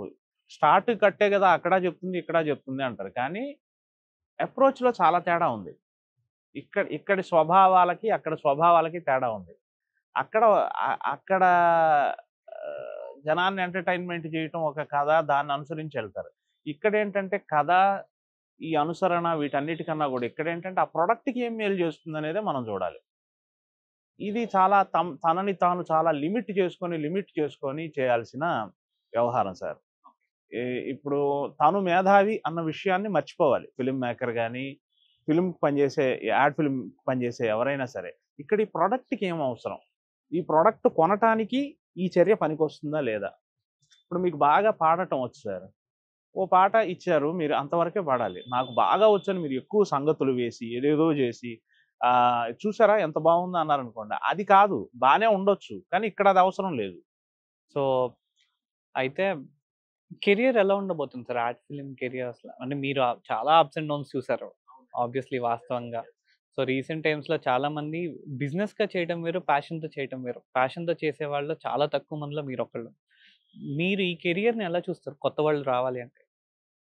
కొత్త వాళ్ళు రావాలి. దీనిని ప్రేమించే రావాలి. సినిమాకి మజిలీగా రాగూడదు. సినిమా మధ్యలో రాగూడదు. చాలామంది ఫిల్మ్ డైరెక్టర్స్ కూడా యాడ్స్ చేస్తారు. 1, 2 యాడ్సే చేసేది. మళ్ళీ వాళ్ళ ఫిల్మ్ రాగానే వాళ్ళ ప్రయారిటీ అటుంటుంది. అటెళ్ళిపోతారు. దీనిలో రీసెర్చ్, దీనిలో వ్యవహారం చేయరు వాళ్ళు. మీకెప్పుడు అటు వెళ్ళాలని అనిపించలేదా సార్ మామూలుగా? మీరు ఇన్ని ఫిల్మ్స్ చేస్తున్నారు యాడ్ 1, ఫిల్మ్స్. 2 ఛాన్సెస్ వచ్చాయి సార్. అయితే నేనొచ్చిన I came from very lower middle class family. So, నేనొచ్చేప్పటికి నాకు చాలా బాధ్యతలు, ఆర్థికంగా సెటిల్ అవ్వాల్సిన అవసరం. ఇక్కడ నెల నెలా వచ్చే డబ్బు, ఈ యాడ్ చేస్తే ఇందులో వచ్చే 10,00,000 అందులో వచ్చే 5,00,000 ఇలా ఈ రన్నింగ్‌లోనే నాకు చాలా సంవత్సరాలు సరిపోయింది. నేను ఫినాన్షియల్‌గా సెటిల్ అవ్వటానికి నాకు టైం బట్టి, ఇప్పటికి హమ్మయ్య! ఓకే. ఇక పర్వాలేదు. కొద్దిగా కంఫర్ట్‌గానే ఉంది అని అనిపించడానికి నాకు చాలా టైం పట్టింది. దానివల్ల ఏంటంటే ఒకళ్ళిద్దరు ఎవరైనా సినిమా ఛాన్స్ ఇచ్చినా ఆ స్టోరీ డిస్కషను అదంతా ఎక్కువ నేను టైం కేటాయించలేకపోయా. అవకాశాలొచ్చాయి 2, 3 సార్లొచ్చాయి. ఓకే. ఒకసారైతే నేనే పూర్తిగా వచ్చిన అవకాశాన్ని గూడా వదిలేశాను. మా ఇంకెవరికో ఒక అసిస్టెంట్ డైరెక్టర్‌కి ఇచ్చి ఇదిగో ఇతనితో చేయించుకోండి అని చెప్పిన సందర్భం గూడా ఉంది ఒకసారి. అయితే ఇప్పుడు నాకా పరిస్థితి లేదు. ఇప్పుడు నేను సినిమా మీద దృష్టి పెట్టగలను. సినిమా సినిమా కోసం టైం కేటాయించగలను. ఒక 5, 6 నెలలు నేను యాడ్ ఫిల్మ్ మేకింగ్ చేయకపోయినా గానీ, నా కుటుంబానికో ఏమీ వచ్చిన ఇబ్బంది లేదు. అట్లాంటి పొజిషన్ రావటానికి నాకు చాలా టైం పట్టింది. ఇప్పుడు ఐయామ్ కంఫర్ట్. ఇప్పుడు ఐ విల్ ట్రై. ఇప్పుడు ఇంకా మంచి ట్రెండ్ గూడా వచ్చింది గదా! ఈ వెబ్ సీరీస్‌లు. ఈ సినిమా అనేది థియేటర్‌లోనే రిలీజ్ అవ్వాల్సిన పని లేదు అనే ఒక పరిస్థితి వచ్చింది కదా! ఓటీటీకొచ్చేసింది. ఓటీటీ వచ్చేసింది. చాలా మార్గాలొచ్చేసాయి. సినిమాను అమ్ముకోవటానికి మనకు చాలా ద్వారాలున్నాయి ఇప్పుడు. సో, ఇప్పుడు ఓకే. బావుంది. ఈ ఎంటైర్ కెరియర్‌లో మీకు రిలేషన్ సిరివెన్నెల సీతారామ శాస్త్రి గారితో ఉన్న రిలేషన్ కానివ్వండి, విశ్వనాథ్ గారితో ఉన్న రిలేషన్ కానివ్వండి, నాకు చాలా స్పెషల్ అనిపిస్తుంది. మీరు వాళ్ళతో చేసిన ఇంటర్వ్యూస్ గానివ్వండి. సో, ఒక కాఫీ విత్ కిషోర్ గారు అని పెట్టుకున్నారు మీరు. పెట్టుకొని మీరు చేసినవి. ఆ రోజుల్లో మీరు చేశారు. సో, ఆ రిలేషన్ ఏంటో ఇఫ్ యూ వాంట్ మీరు కొంచెం ఆ రిలేషన్ నా మొదటి 10 యాడ్స్‌లోనే విశ్వనాథ్ గారితో 4 యాడో 5 యాడో విశ్వనాథ్ గారితో చేసే అవకాశం వచ్చింది. అది నాకు దక్కిన అదృష్టం. అక్కడ నుంచి ఒక 35 యాడ్స్ ఆయనతో చేయగలిగాను. 35 యాడ్స్‌కి 2007 నుంచి 2020 వరకు, ఈ 13 ఏళ్లలో 22 వరకు, ఈ 15 ఏళ్లలో విశ్వనాథ్ గారితో బాగా క్లోజ్ అయ్యి ప్రతి వారం ఆయన దగ్గరికి వెళ్ళి కూర్చొని ఆయన చెప్పే విశేషాలు వింటూ నేర్చుకుంటూ అలా ఉండే అవకాశం నాకు వచ్చింది. ఆ ఇంటర్వ్యూ చేశానంటున్నారే, అది నేను రోజు చేస్తాను ఆయనతో. రోజు ఆయన దగ్గర కూర్చొని ఆయన చెప్పే విశేషాలు వింటూ, అది ఒక రకమైన గురు శిష్య సంబంధం. ఇదే గురు శిష్య సంబంధం నాకు బాలు గారితో కూడా ఉంది. బాలు గారి పాటలు, అందులో ఉన్న వేరే వేరే భాషల్లో ఉన్న పాటలు, అందులో ఉన్న సాహిత్యం, ఇలా అది డిస్కస్ చేసుకోవడంతో వారితో సాన్నిహిత్యం. ఆయనతో కూడా ఒక 30-35 యాడ్స్ చేశాను ఒక 15 ఏళ్లలో. ప్లస్ సీతారామ శాస్త్రి గారు. సీతారామ శాస్త్రి సాహిత్యం మీద నాకున్న అనురక్తి సీతారామ శాస్త్రి గారికి దగ్గర చేసింది. ఏదన్నా ఒక యాడ్కి ఒక జింగిల్ రాయాలి, నేనేదో ఒక రఫ్ వెర్షన్ రాసుకునేవాడిని. కానీ ఆయనకు చూపించడానికి సిగ్గేసేది. ఏదో రాసుకుని ఉంటావుగా, చూపి పర్లేదు, ఇవ్వు ఆ పేపర్ అంటారు. కాదులేండి, బాగాలేదులేండి సార్, ఇవ్వయ్యా ఇవ్వు అని చెప్పి అది చూసి ఇది బాగానే ఉంది, ఈ ఫస్ట్ లైన్ అలాగే ఉంచి మిగతాది రాసేస్తాను ఉండు, అలా అన్న సందర్భాలు కూడా ఉన్నాయి. అంటే అదంతా వాళ్ళ గొప్పతనం. వాళ్ళ ఇప్పుడు నేను రాసుకున్న ఆ ఫస్ట్ లైన్ కూడా ఆయన రాసింది ఎక్కడో కాపీ కొట్టి ఏదో చెప్పుకున్నదే. కానీ వాళ్ళు ప్రేమించి, కాదయ్యా ఈ పదం ఇక్కడ వేద్దాం, ఏమంటావు, ఓకేనా, ఇట్లా అనేవాళ్ళు. చాలా చాలా గొప్పగా వాళ్ళ ముగ్గురు మటుకు నా జీవితంలో నేను చేసుకున్న అదృష్టం సార్. ఒక 10-15 ఏళ్ల పాటు వాళ్ళతో అంత సన్నిహితంగా మెలగగలిగాను, అంత సన్నిహితంగా నేర్చుకోగలిగాను అంటే అదేదో నాకు ఒక కేంబ్రిడ్జ్లోనో మాండ్రే యూనివర్సిటీలోనో ఒక పెద్ద డిగ్రీ చేస్తే వచ్చినంత మానసికమైన సంతృప్తి, అనుబంధం చాలా తక్కువ మందికి ఆపర్చునిటీ ఉంటుంది. వాళ్ళ ఇంట్లో మనిషిలాగా 15 ఏళ్ల పాటు ఉండగలగటం ముగ్గురికి. అది సహజంగానే సంగీతం మీద బాగా ఆసక్తి అండి, విపరీతమైన పిచ్చి. యాక్చువల్గా నాకు అప్పుడప్పుడు అనిపిస్తుంది, అసలు నేను మ్యూజిక్ లైన్ వైపు వెళ్ళి ఉండాల్సిందేమో, ఇటు వచ్చానేమో అని అనిపిస్తుంది. But destiny. అయితే శాస్త్రి గారి దగ్గర నాకు ప్రధానమైన అంశం ఏంటంటే, ఆయనతో నేను ఎక్కడో తమిళ్లోనో ఏవో పాటలు విని ఆ లైన్స్ తెచ్చి ఆయనకి చెప్పి ఆయన కవ్వించేవాడిని. ఆయనకి ఇంకేదో ఆయనకి ట్రిగ్గర్ అయ్యేది, ఇంకా ఆయన ఏదో చెప్పి అలా మా సంభాషణ అలా గంటలు వెళుతూ ఉండేది. సార్ ఇది చూడండి సార్, మీరు తెలుగులో ఇలా రాశారు సార్, తమిళ్లో ఇలా రాశారు సార్ అని చెప్పేవాడిని. అది ఎంత దూరం వెళ్ళిందంటే, ఆయన ఏదైనా డబ్బింగ్ సినిమాకి రాసేటప్పుడు ఒకసారి ఒక పాట, ఏదో నారప్ప అని ఏదో ఒక సినిమాలో ఏదో ఒక పాట, ఓ తమిళ్ పాటకి ఆయన రాస్తున్నారు. ఎల్లువాయ పూక్కలయే ఏరెడుతు పాక్కలయే ఆలాల ఉంజీరుపు కొత్తదయ్యా, ఇది ఆయన దగ్గరకు వచ్చింది. అది ఇంగ్లీష్ ట్రాన్స్లేషన్ ఆయనకు పంపారు. ఆయన వచ్చి, ఇదేంటయ్యా వీడేదో తెలుగులో రాశాడు, బియ్యం గింజ ఇంకా విచ్చుకోలేదు, అప్పుడే ఇది అని ఏదో రాశారు, ఏంటంటావు ఇది అని నాకు ఫోన్ చేశారు. సార్ ఉండండి సార్ నేను వస్తున్నా అని చెప్పి, అది సార్ ఇది అక్కడ కవి భావం, నాయనా ఇంకా పసిప్రాయంలోనే వెళ్ళిపోయావా, ఇంకా పువ్వు విచ్చుకోకముందే, దాన్ని ట్రూ ట్రాన్స్లేషన్ చేస్తే మనకు అలాగే వస్తుంది కదా అర్థం. అలా ఇట్లా ఉండేవన్నమాట సరదా సంభాషణలు. ఆయన కన్నదాసన్ ఇలా తమిళ్ రైటర్ కన్నదాసన్ ఇలా రాశారు, వాలి ఇలా రాశారు, వైరముత్తు ఇలా రాశారు, అది వీరు తెలుగులో రాసిన వాటికి ఆవుదు పెన్నాలే మనుష అడివదు పెన్నాలే వాళ్వదు పెన్నాల్, సార్ ఇది తమిళ్లో కన్నా మీరు రాసింది బాగుంది సార్, ఇక్కడ ఈ లైన్ ఆయన భలే ఎంజాయ్ చేసేవారు. అట్లా బాగా సాన్నిహిత్యం అనమాట. విశ్వనాథ్ గారితో అదొక రకమైన అనుబంధం. బాలు గారితో అయితే చాలా ఫ్రెండ్షిప్. ఆయన బాలు గారు ఎంత సన్నిహితులంటే, నాకు ప్రతి మంచి చెడు ఆయన ఒక పెద్దన్నయ్యలాగా, ఒక ఫాదర్ లాగా ఉండి చాలా సపోర్ట్ చేశారు. తమిళ్లో ఆయనకి ఏదో ఒక అవకాశం వస్తే అక్కడ వాళ్ళకి ఆ క్లయింట్కి తెలుగులో ఒక కుర్రాడు ఉన్నాడండి, అతన్ని పెట్టుకోండి, అతనికి తమిళ్ కూడా వచ్చు, అతను పెట్టుకోండి ఈజీగా, ఆయన చెప్పి నాకు ఇంకేముంది. అదే కదా. అలా నాకు తమిళ్లో వరుసగా దాదాపు ఓ 50 యాడ్స్ వరకు చేశాను తమిళ్లో. అదే ఆయన పుణ్యం, ఆయన నాకు ఇచ్చిన ఫస్ట్ అవకాశం. అలా చాలా ఎంకరేజ్ చేశారు. మీరు ట్రావెల్ చేసిన ముగ్గురు చాలా సీనియర్. అవును, వాళ్ళ లైఫ్ లో వాళ్ళ ముగ్గురు చేసిన 99% యాడ్స్ నేనే చేశాను. ఇక ముందు ఎవరు చేయలేరు కూడా. అది నాకు రికార్డే అది. అదే విశ్వనాథ్ గారితో చేసిన అన్ని యాడ్స్, సీతారామ శాస్త్రి గారితో చేసినవి, రకరకాల ప్రోడక్ట్లకు సంబంధించి. వీళ్ళ ముగ్గురు నుంచి మీరు ఆల్మోస్ట్ మీరు నేర్చుకుంది ఏంటి సార్ వాళ్ళ దగ్గర నుంచి? విశ్వనాథ్ గారి నుంచి నేర్చుకోవలసింది ఏంటంటే సార్, ఖరాఖండిగా ఉండటం. క్రియేటివ్గా ఆయన కనుక ఒక స్టాండ్ తీసుకున్నారంటే హరిహర బ్రహ్మాదులు దిగి వచ్చినా కానీ ఆయన మార్చరు.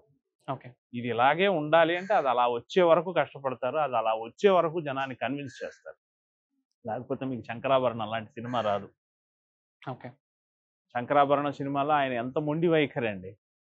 ఆ ముసలి వయసున్న హీరో అంతరించి అడుగంటుతున్న శాస్త్రీయ సంగీతాన్ని తిరిగి బ్రతికించడం అనే పాయింట్ మీద దాన్ని ఎంత బలమైన ప్యాషన్ ఉంటే అది అంత సినిమాగా వస్తుందండి. విశ్వనాథ్ గారి దగ్గర నేర్చుకోవాల్సింది ఆ మొండితనం, తను అనుకున్న దానికోసం గట్టిగా నిలబడ్డాం. బాలు గారి దగ్గరకు వచ్చేసరికేనండి, బాలు గారు చాలా అద్భుతమైన కమ్యూనికేటర్. ఆయన గొప్ప గాయకుడు, అదంతా ఓకే. కానీ నొప్పింపక, తానవ్వక, ఎవ్వరిని ఎటువంటి ఒక చిన్న ఇది కూడా లేకుండా చాలా విచిత్రమైన దరిద్రమైన సందర్భాన్ని అయినా ఆయన చాలా మామూలుగా, చాలా అందంగా, పెయిన్ లేకుండా చెప్పేస్తారు. అద్భుతంగా మాట్లాడటం, సూటిగా మాట్లాడటం, స్పష్టంగా మాట్లాడటం, అది బాలుగారి నుంచి ఎవరైనా నేర్చుకుని తీరాల్సిందే. అది ఆయన నుంచి నేను నేర్చుకున్నదండి, బాలుగారి నుంచి. తర్వాత సీతారామ శాస్త్రి గారి లోతు చాలా ఎక్కువ. మనకు తెలిసిన సీతారామ శాస్త్రి గారు, సినిమా పాటల ద్వారా చూసిన సీతారామ శాస్త్రి గారి కంటే ఆయనలో ఉన్న ఆధ్యాత్మికమైన లోతు చాలా చాలా ఎక్కువ. చాలా చాలా గొప్ప వ్యక్తి. ఆయన భావాలు పూర్తిగా అన్నీ అందరికీ తెలియదు. ఆయనకి తెలిసినంత జ్ఞానం, ఆయనకి తెలిసినంత సైన్స్, ఆయనకి తెలిసినంత ఇది దగ్గరుండి చూడటం అనేది నేను సంభ్రమాశ్చర్యాలకు లోనయ్యాను. అది ఆయన నాకు ఇచ్చిన ప్లెజర్. ఇలా ఒక్కళ్ళనే కదండి, అందరూ ప్రతి ఒక్కళ్ళు కలిసిన ప్రతి ఒక్కళ్ళ నుంచి ఏదో ఒకటి మనకి నేర్చుకోవాలే కానీ ఏదో ఒకటి నేర్పుతూనే ఉంటారు మనకి. మీరు అలా నేర్చుకున్నారు కాబట్టి మేము మీ నుంచి చాలా నేర్చుకుంటున్నాం ఇవాళ. అలా ఏం లేదు, మీ నుంచి నేర్చుకోదగ్గ అంశాలు ఎన్నో ఉంటాయి డెఫినెట్గా కదా. మీరు అద్భుతంగా ఇంగ్లీష్ మాట్లాడతారు. అబ్బా, ఇంత బాగా ఇంగ్లీష్ ఇలా ఎలా కమ్యూనికేట్ చేస్తారు, ఇంత చక్కగానా అని అనిపిస్తుంది. కనీసం 1% అన్న మనం ట్రై చేసుకోవచ్చు కదా. ఓహో, ఇంత చక్కగా, ఇంత సంస్కారవంతంగా, ఇంత బాగా ఇచ్చేయచ్చు అని. ఇలా ఉంటుంది సార్. ప్రపంచంలో ప్రతి ఒక్కళ్ళు గురువే సార్, మనం నేర్చుకోదలుచుకుంటే. మీ దృష్టిలో ఆర్ట్ ఫిలిం ఇండస్ట్రీ అప్గ్రేడ్ అవ్వుకుంటూ ఎలా వస్తుంది సార్? అంటే ఏఐ వస్తుంది, టెక్నాలజీస్ వస్తున్నాయి కదా, సో మీరు ఎలా చూస్తారు దాన్ని? ఇంకా అవుతుంది కూడా. ఇప్పుడు నేను వచ్చేప్పటికి నెగటివ్ మీద షూట్ చేస్తూ, ఫిల్మింగ్ అనేది నెగటివ్ మీద షూట్ చేసి, నెగటివ్ మీద చేసి, దాన్ని పాజిటివ్ వేసి, మళ్ళీ దాన్ని ప్రింట్స్ వేసి, దాన్ని రివర్స్ టెలిసినీ చేసి, క్యాసెట్స్ తయారు చేసి టీవీకి పంపేవాళ్ళం. ఇలా కొన్నాళ్ళు గడిచింది. ఇంతలోకి డిజిటల్ కెమెరాల విప్లవం బాగా మొదలైపోయింది. నేను నా ఫస్ట్ యాడ్ 16mm కెమెరాలో చేశాను. 16mm కెమెరా నుంచి మామూలు 35mmకి వచ్చి, ఇలా ఎంత జరుగుతూ డిజిటల్ వచ్చింది. డిజిటల్ రాగానే ఒకసారి కన్ఫ్యూజన్ వచ్చేసింది. డిజిటల్లో ఏం షూట్ చేసినా కలర్స్ బాగా లిఫ్ట్ అయిపోయాయి. ఇప్పుడు ఒక అమ్మాయిని షూట్ చేసాం, ఆ రెడ్ కలర్ లిప్స్టిక్ బాగా ఎర్రగా అయిపోయేది. ఎలా డీల్ చేయాలో తెలిసేది కాదు. తర్వాత పోస్ట్లో వాటిని కంట్రోల్ చేయాలి. ఇది అదే పోను వర్క్. ఓహో, ఈ సందర్భంలో ఈ కలర్స్ అయితే బాగుంటాయి, దీన్ని ఇలా చేస్తే బాగుంటుంది. అలా ఒకటొకటిగా వాళ్ళు చేసింది, వీళ్ళు చేసింది చూసి, బాంబే వాళ్ళు చేసింది చూసి, అలా ఒకటొకటిగా నేర్చుకుంటూ వచ్చాం కదా. ఇంతకుముందు ఏదన్నా ఒక యాడ్ చూపించాలి క్లయింట్కి అంటే దగ్గరికి వెళ్ళి వాళ్ళు ఉన్న ఊరికి వెళ్ళి ల్యాప్టాప్ ఓపెన్ చేసి చూపించి వచ్చేవాళ్ళం. ఇప్పుడేముంది, ఒక వాట్సాప్లో అలా పెట్టి, సార్ ఓకేనా సార్ అంటే ఓకే అని పెడితే పని అయిపోతుంది. ఇదంతా అప్డేటే కదా. కానీ ఎన్ని అప్డేషన్స్ ఉన్నా ఒక ఎమోషన్ని తయారు చేయటం అనే ఒక హ్యూమన్ వ్యవహారం ఉంది చూసారా, అది అప్పటికీ ఉంటుంది. కొత్తగా వచ్చేవన్నీ పరికరాలు మారుతున్నాయి అంతే. వంట చేసేప్పుడు ఇంతకుముందు మీకు మిక్సీ లేదు, రోట్లో నూరుకున్నారుగా. ఇంతకుముందు పీలింగ్ చేయడానికి మీకు ఈ పరికరాలు లేవు, అప్పుడు కత్తితోనే పీలింగ్ చేశారుగా. కానీ వంట అనేది వండారుగా, తిన్నారుగా. రేపు ఇంకా ఇంకా ఏదేదో వస్తాయి. అయినా గాని ఆ సమపాళ్ళు కలపటం అనే మీ చేతికి ఒక విద్య ఉంది చూసారా? అది ఎక్కడికి పోదు. అది ఎన్ని మీకు వచ్చినా, ఎన్ని మీకు టెక్నాలజీ మాత్రమే వచ్చినా తెలిసిన అంతే. అది ఎక్కడికి పోదు. అది అంతే జరుగుతుంది. రేపొద్దున అంటే ఇప్పుడు ఏఐ బేస్డ్ యాడ్స్ వచ్చినాయి కదా! నార్మల్‌గా మనం ప్రాంప్ట్ ఇవ్వంగానే నార్మల్‌గా టైప్ చేసి నాకు ఈ పరంగా యాడ్ కావాలనుకున్నప్పుడు అది ఇప్పటికే ఆటోమేటిక్‌గా వచ్చేసాయి. మొన్న ఈ మధ్య 'దొడ్లా డైరీ' వాళ్ళకి ఒక యాడ్ చేశారు. 'దొడ్లా డైరీ' వాళ్ళకి నేను ఇచ్చిన కాన్సెప్ట్ ఏంటంటే ఓ వైఫ్, హస్బెండ్, ఓ అత్తయ్య, ఓ చిన్న పాప. ఒక ఇంట్లో ఉన్నారండి. హస్బెండ్ ఇంటికొచ్చే టైంకి అత్త, కోడలు ఎడమొహం, పెడమొహంగా ఉన్నారు. నేను రాసిన కాన్సెప్ట్. ఎడమొహం, పెడమొహంగా ఉన్నారు. వాళ్ళ అమ్మాయి మాత్రం హాల్‌లో కూర్చొని ఏదో రాసుకుంటోంది. ఆయన లోపలికొస్తూనే ఇంట్లో వాతావరణం అర్థమైపోయింది. ఏంటి ఏమైంది అని వాళ్ళ అమ్మాయి సైగ చేసింది. అమ్మ, నాన్నమ్మ కొట్టుకున్నారు, గొడవ పడ్డారు అని చెప్పింది. వెంటనే ఆ పాపను ఆయన వెళ్ళేసి దొడ్లా మిల్క్ కట్ చేసి, ఆ మిల్క్ పోర్ చేస్తూ, "ఈ పాలే మనం ఎందుకు వాడతామో తెలుసా? ఇందులో నానమ్మ ప్రేమలో ఉన్నంత స్వచ్ఛత ఉంది. అమ్మ ప్రేమలో ఉన్నంత స్వీట్‌నెస్ ఉంది" అని చెప్పి వాళ్ళిద్దరిని నవ్వించేస్తే, వాళ్ళిద్దరు కూడా నవ్వుతూ వచ్చి కిచెన్‌లో వీళ్ళతో కలిశారు. ఇది కథ. ఇది నేను రాసిన కథ. ఇలా చేద్దామండి అన్నా. వాళ్ళేం చేశారంటే, ఈ కాన్సెప్ట్‌ని ఏఐకిచ్చి, దీన్ని మార్చమని ఏఐని అడిగారట. ఏఐ వాళ్ళకొక కొత్త కాన్సెప్ట్ ఇచ్చింది. నేను చెప్పిన కథనే ఇంకొకలాగా తయారు చేసి ఇంకొక వెర్షన్ ఇచ్చింది. ఆ వెర్షన్ నాకు తెచ్చారు. ఆ వెర్షన్ ఏఐ ఏం చెప్పిందో తెలుసా అండి? అతను ఇంటికొచ్చేటప్పటికి ఈ అత్తయ్య క్యారెక్టర్ లేదు. అతని పెళ్లి రోజు ఏఐ మార్చుకుంది. తనకు తానుగా మార్చుకుంది ఇలా కథని. అతని పెళ్లి రోజు ఆ రోజు. అతని పెళ్లి రోజు మర్చిపోయాడు. వాళ్ళ ఆవిడ సీరియస్‌గా వంట చేసుకుంటోంది. ఈ అమ్మాయి హాల్‌లో కూర్చున్న అమ్మాయి చేతి మీద రాసింది, "మ్యారేజ్ డే నువ్వు మర్చిపోయావు చూసుకో" అని. అప్పుడు వెంటనే ఆ పాపను ఈయన కిచెన్‌లోకెళ్లారు. మనం దొడ్ల డైరీ పాలెందుకు ఎందుకు ఎందుకు వాడతామో తెలుసా? మన ఆహ్, అమ్మ ప్రేమలో ఉన్నంత స్వీట్‌నెస్ ఉంది. అలాగే మా అనుబంధంలో ఉన్నంత గాఢత ఉంది అని డైలాగులు కూడా మార్చేసింది ఏఐ. మార్చేసి అది నాకు తెచ్చారు. ఇది బానే ఉందే ఇది. నేను రాసింది ఒకలాగా ఉంటే, ఇది ఇంకో వెర్షన్ బానే ఉంది. ఇది బానే ఉంది. అది అది జనరలైజ్ చేసి చెప్పాం. ఇది అర్బన్ పీపుల్‌కి బాగుంటుంది. పోనీ ఇదే షూట్ చేద్దాం. ఇలాంటివి ఆల్రెడీ మొదలైపోయాయి. జరుగుతున్నాయి. మనం ఒక కథ ఏఐకి ఇస్తే, ఆ ఏఐ దాని మార్పులు, చేర్పులతో మనకి ఇంకో కథ ఇస్తుంది. గోయింగ్ ఫార్వర్డ్ కూడా ఇంకా ఆ! కంపల్సరీగా చిన్నప్పుడు ఏదో ఒక 'సర్రాజు ప్రసన్న కుమార్' గారి 'సర్రాజు ప్రసన్న కుమార్ కథలు' అని ఆహ్, ఒక బుక్ ఉండేది. కామెడీ హ్మ్. బుక్ అది. హ్మ్. 'సర్రాజు ప్రసన్న కుమార్' గారనే ఆయన చాలా గొప్ప హాస్య రచయిత. ఆయన దాంట్లో ఒక కథలో ఇట్లా ఉంటుందనమాట. ఒక మిషన్ వస్తుంది. ఏది 20 ఏళ్ల క్రితం సంగతి చెప్తున్నా. ఆ మిషన్‌లో రామాయణం, మహాభారతం ఏసేస్తే ఒక కొత్త కథ తయారు చేసి మిషన్ మనకిస్తుంది. అనేది కామెడీగా రాశారు. కానీ నిజమైపోయింది ఇప్పుడు. నిజంగా అలా వచ్చింది. అదే కదా సార్. రామాయణాన్ని, భారతాన్ని కలిపి ఒక కథ ఏదైనా చెప్పుంటే ఏఐ మనకు చెప్తుందేమో. నిజంగా ఇస్తుంది సార్. సో అలాంటి మార్పులు మొదలైపోయాయి. ఎన్ని మార్చినా సార్ నాదొకటే ధీమా సార్. హ్యూమన్ ఎమోషన్ అనేది ఎప్పటికీ ఉంటుంది. ఇంకో 100 ఏళ్ళకి గూడా ఉంటుంది గాబట్టి, హ్మ్. దాని మీద గ్రిప్ ఉన్న ఫిల్మ్ మేకర్ ఎప్పటికీ సజీవంగానే ఉంటాడు. ఎన్ని పరికరాలొచ్చినా ఇవన్నీ జస్ట్ వంట జేయటంలో వచ్చే రకరకాల కొత్త పరికరాల్లాగా. మిక్సీకి అప్‌డేటెడ్ వెర్షన్ ఇంకేదో వస్తుంది. మైక్రోవేవ్ ఓవెన్‌కి ఇంకేదో వస్తుంది లాంటివే తప్ప కంపల్సరీగా ఎమోషన్ లేనిదే ఏది ఫిల్మ్ గాని, యాడ్ కానీ ఏది ముందుకెళ్ళదు సార్. మీరు ఇన్ని బ్రాండ్స్‌తో వర్క్ చేశారు కదా సార్. ఆల్‌మోస్ట్ సుమారు 200 పైన బ్రాండ్స్‌తో మీరు వర్క్ చేశారు. మీకు ఆల్ నాకు తెలిసి మీకు అందరితో మీరు రిలేషన్ మెయింటైన్ చేస్తుంటారు. మీకు ఏ బ్రాండ్ పర్టిక్యులర్‌గా ఇష్టం?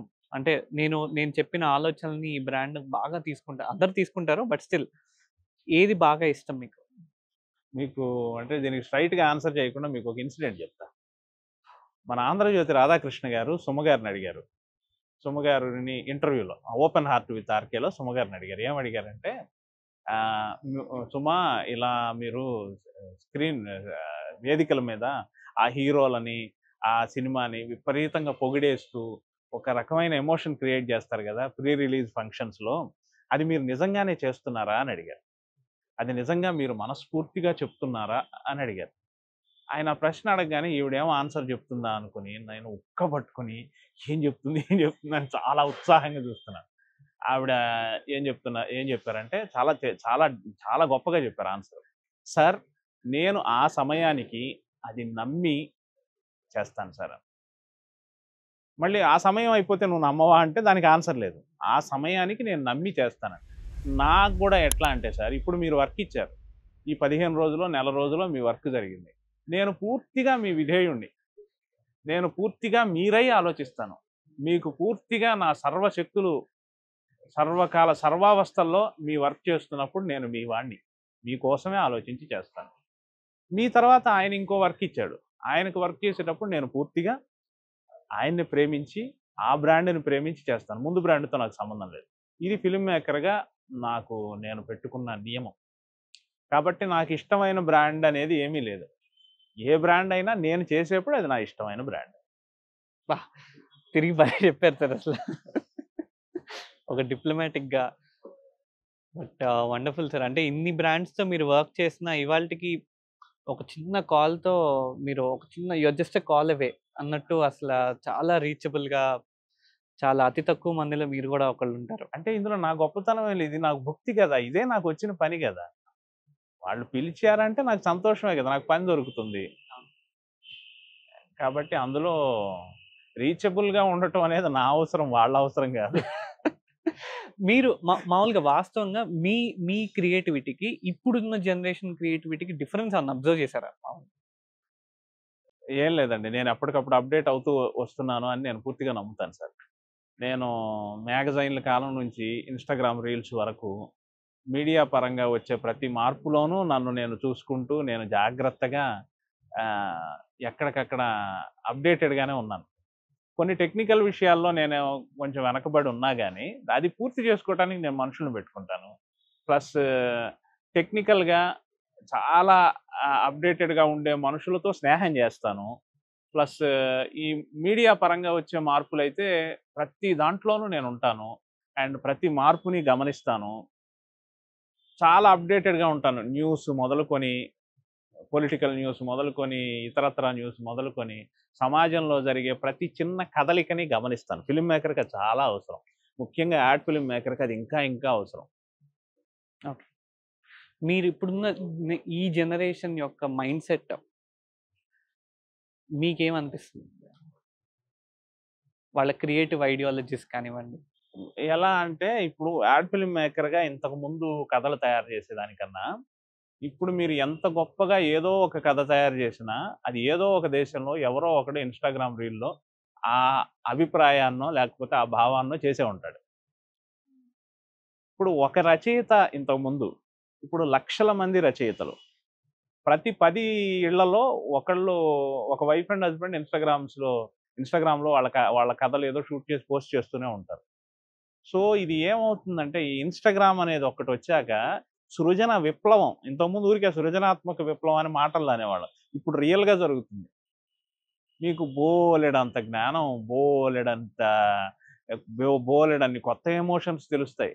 ఈ భార్యాభర్తలు చేసే రకరకాల ఇన్‌స్టాగ్రామ్ ఛానెల్స్ ఉంటాయి చూడండి. మీకు మతిపోతుంది. అరే! ఇది నేను కూడా ఫేస్ చేశానే ఈ ప్రాబ్లమ్. అరే! ఇది కూడా చెప్పొచ్చా? ఆశ్చర్యపోతూనే ఉంటారు. కాబట్టి ఈ యాడ్ ఫిల్మ్ మేకింగ్ మునుపటి కంటే ఇప్పుడు టఫ్. చాలా టఫ్. ఇంతకుముందు ఏదిచ్చినా క్లయింట్ తీసుకుంటాడు. ఇప్పుడు అందరికీ అన్నీ తెలిసిపోయాయి. ఇప్పుడు ఆ క్లయింట్‌ని నిజంగా మనం ఉద్ధరించే ఐడియా ఇస్తే తప్ప తీసుకోడు. ఓకే. నెక్స్ట్ ఇండస్ట్రీ అలానే ఉండబోతుంది. ఉంటుందండి. ఉంటుంది. అంతే ఉంటుంది. ఇండస్ట్రీ ఉంటుంది కానీ కొంచెం టఫ్ ఉంటుంది. హ్మ్. అందరికి అన్నీ ఓపెన్ అయిపోయినాయి కాబట్టి ఇప్పుడు ప్రస్తుతానికి. టఫ్ ఉంటుంది. చాలా టఫ్ ఉంటుంది. ఓకే. నిజంగా డొక్కశుద్ధి ఉన్నవాడే నిలబడతాడు. ఓకే. ఈవెన్ సినిమా అయినా అంతే అవుతుంది. సిన్సియర్‌గా కష్టపడేవాడే నిలబడతాడు. ఓకే. కష్టపడాలి. ప్లస్ వాడు అప్‌డేటెడ్‌గా ఉండాలి. వాడి భావాలకు మార్కెట్ ఉండాలి. దానికోసం నిరంతరం ఆహ్, చెక్కుకుంటూనే ఉన్నాం. ఇంతకుముందు నెలకోసారి ఎక్సర్సైజ్ చేస్తే సరిపోయింది. ఇంతకుముందు వారానికి ఒకసారి ఎక్సర్సైజ్ చేస్తే సరిపోయింది.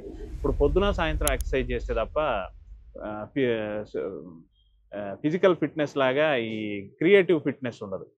అంత షార్ప్‌గా ఉండాలి. మీరు పదునైన కత్తిలాగా ఉండాలి.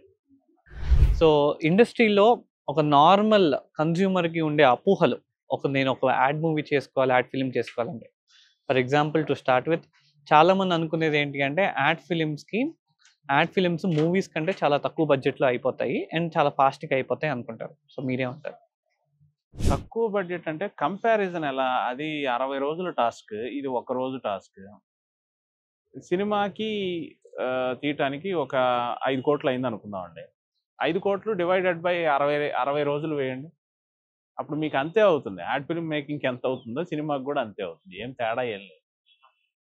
చిన్న బడ్జెట్ సినిమా, పెద్ద బడ్జెట్ సినిమా ఉంటుంది సార్. 300,00,00,000 సినిమాని మీరు ప్రొడక్షన్‌కి అయ్యే ఖర్చు 50,00,00,000 ఉంటుంది గదా! అవును.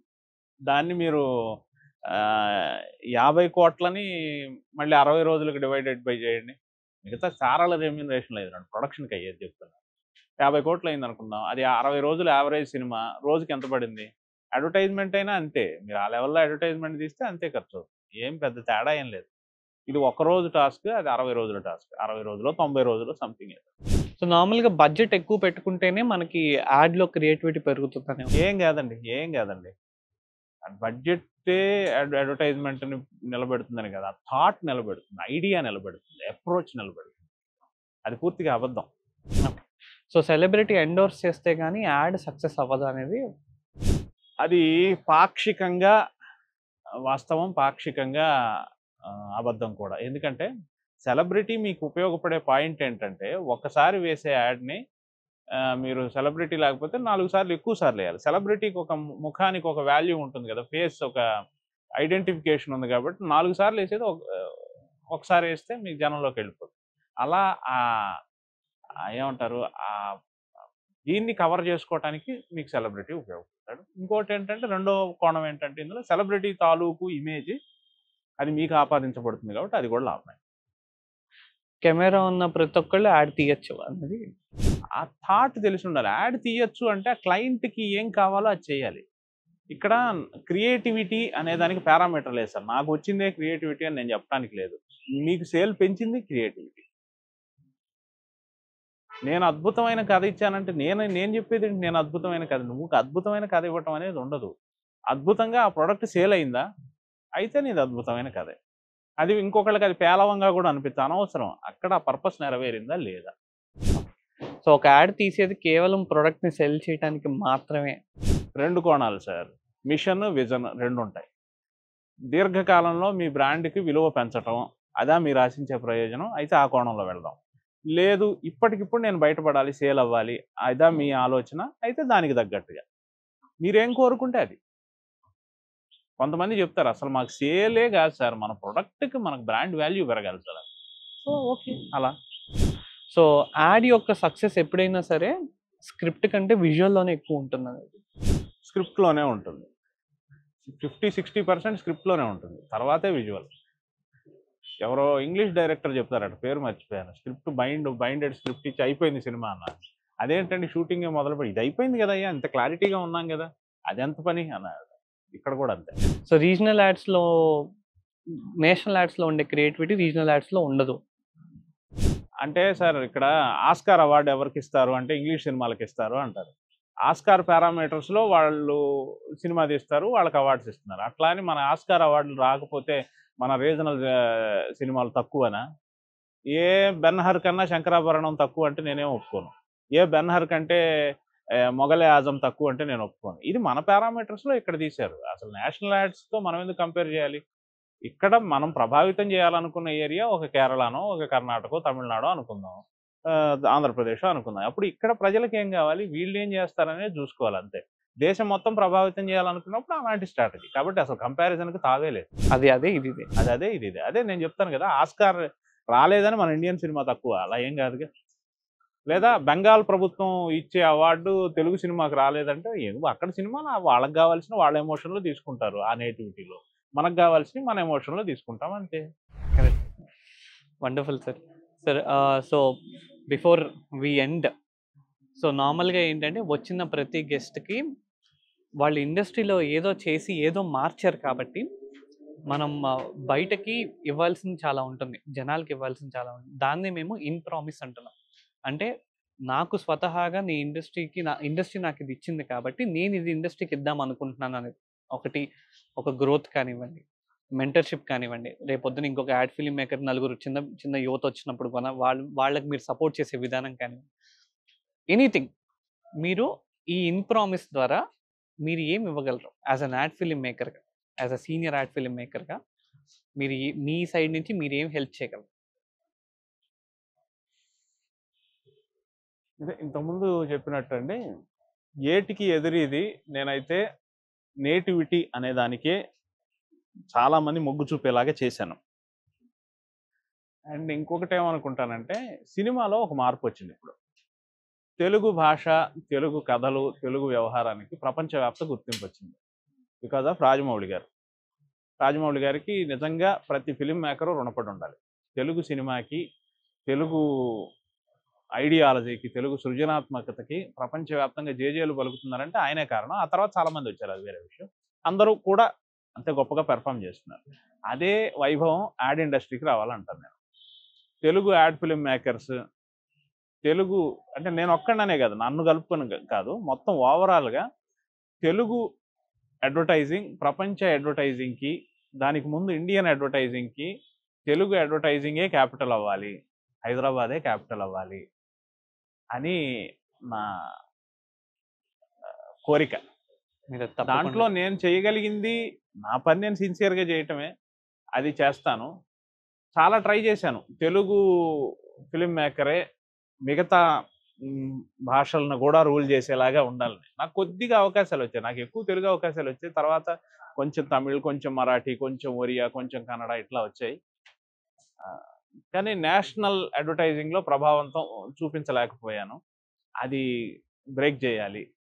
నేషనల్ అడ్వర్టైజింగ్ని తెలుగు అడ్వర్టైజింగ్ రూల్ చేయాలి అనేది, దీనికి మార్కెట్ పరిస్థితులు కూడా చాలా కారణం అయి ఉంటాయి, రకరకాల ఉంటాయి. ఇప్పుడు కేరళకి సంబంధించిన ఒక కంపెనీ, ఓ బంగారు తాకట్టు పెట్టుకునే కంపెనీయో లేకపోతే ఒక జ్యువెలరీ షాపో, వాళ్ళు వేరే చోట అన్ని దేశవ్యాప్తంగా బ్రాంచ్లు పెట్టారనుకోండి, వాళ్ళ ఫస్ట్ చాయిస్ కేరళలో ఉండే ఫిలిం మేకర్ ఉంటాడు, అతనికి మిగతా భాషలు అన్నింటిలో ఛాన్స్ వచ్చేస్తుంది. ఇప్పుడు నాకు రావాలి అంటే నేను మొదలుపెట్టిన నేను ట్రావెల్ చేస్తున్న కంపెనీలు కూడా విస్తరించాలి. అలా విస్తరించాయి అనుకోండి, నాకే అవకాశం వస్తుంది. ఇప్పుడు తెనాలి డబుల్ హార్స్కి నేను రెగ్యులర్గా యాడ్స్ చేస్తాను అనుకోండి, రేపు అస్సామీ భాషలోనో చైనీస్ భాషలోనో ఈ ప్రోడక్ట్ వెళ్ళింది అనుకోండి, నాకు ఛాన్స్ వస్తుందిగా. అక్కడ నేటివిటీ నేర్చుకొని చేయాలి నేను, లేదా మొత్తం ఓవరాల్గా దేశం మొత్తాన్ని ప్రభావితం చేసేలాగా అట్లాంటి ధోరణి ఉంటే అట్లా అయినా చేయాలి. సో నా ఊహ, నా ఊహ చిత్రం ఏంటంటే, ఇలా అడ్వర్టైజింగ్లో తెలుగు అడ్వర్టైజింగ్ కూడా తెలుగు సినిమాకి వచ్చినంత వైభవం రావాలి అని కోరుకుంటున్నాను. నాకు తెలిసే తొందరలోనే వస్తుంది అనుకుంటున్నాను సార్. నేను ఇక్కడి నుంచి వెళ్ళే యాడ్స్ కానివ్వండి, ఇక్కడి నుంచి వెళ్ళే హ్యూమన్ ఎమోషనల్ యాడ్స్ కానివ్వండి, చాలా మంచి మార్కెట్లో, గ్లోబల్ మార్కెట్లోకి వెళ్తున్నాయి. కానీ సో మీరు అనుకుంటే ఆబ్వియస్లీ మీరు ఒక తెలుగు ఫిలిం యాడ్ ఫిలిం మేకర్గా ఆబ్వియస్లీ నలుగురిని కలుపుకొని మీరు వెళ్తే కనుక కంపల్సరీగా అది అవుతుంది. And we're looking forward to see it.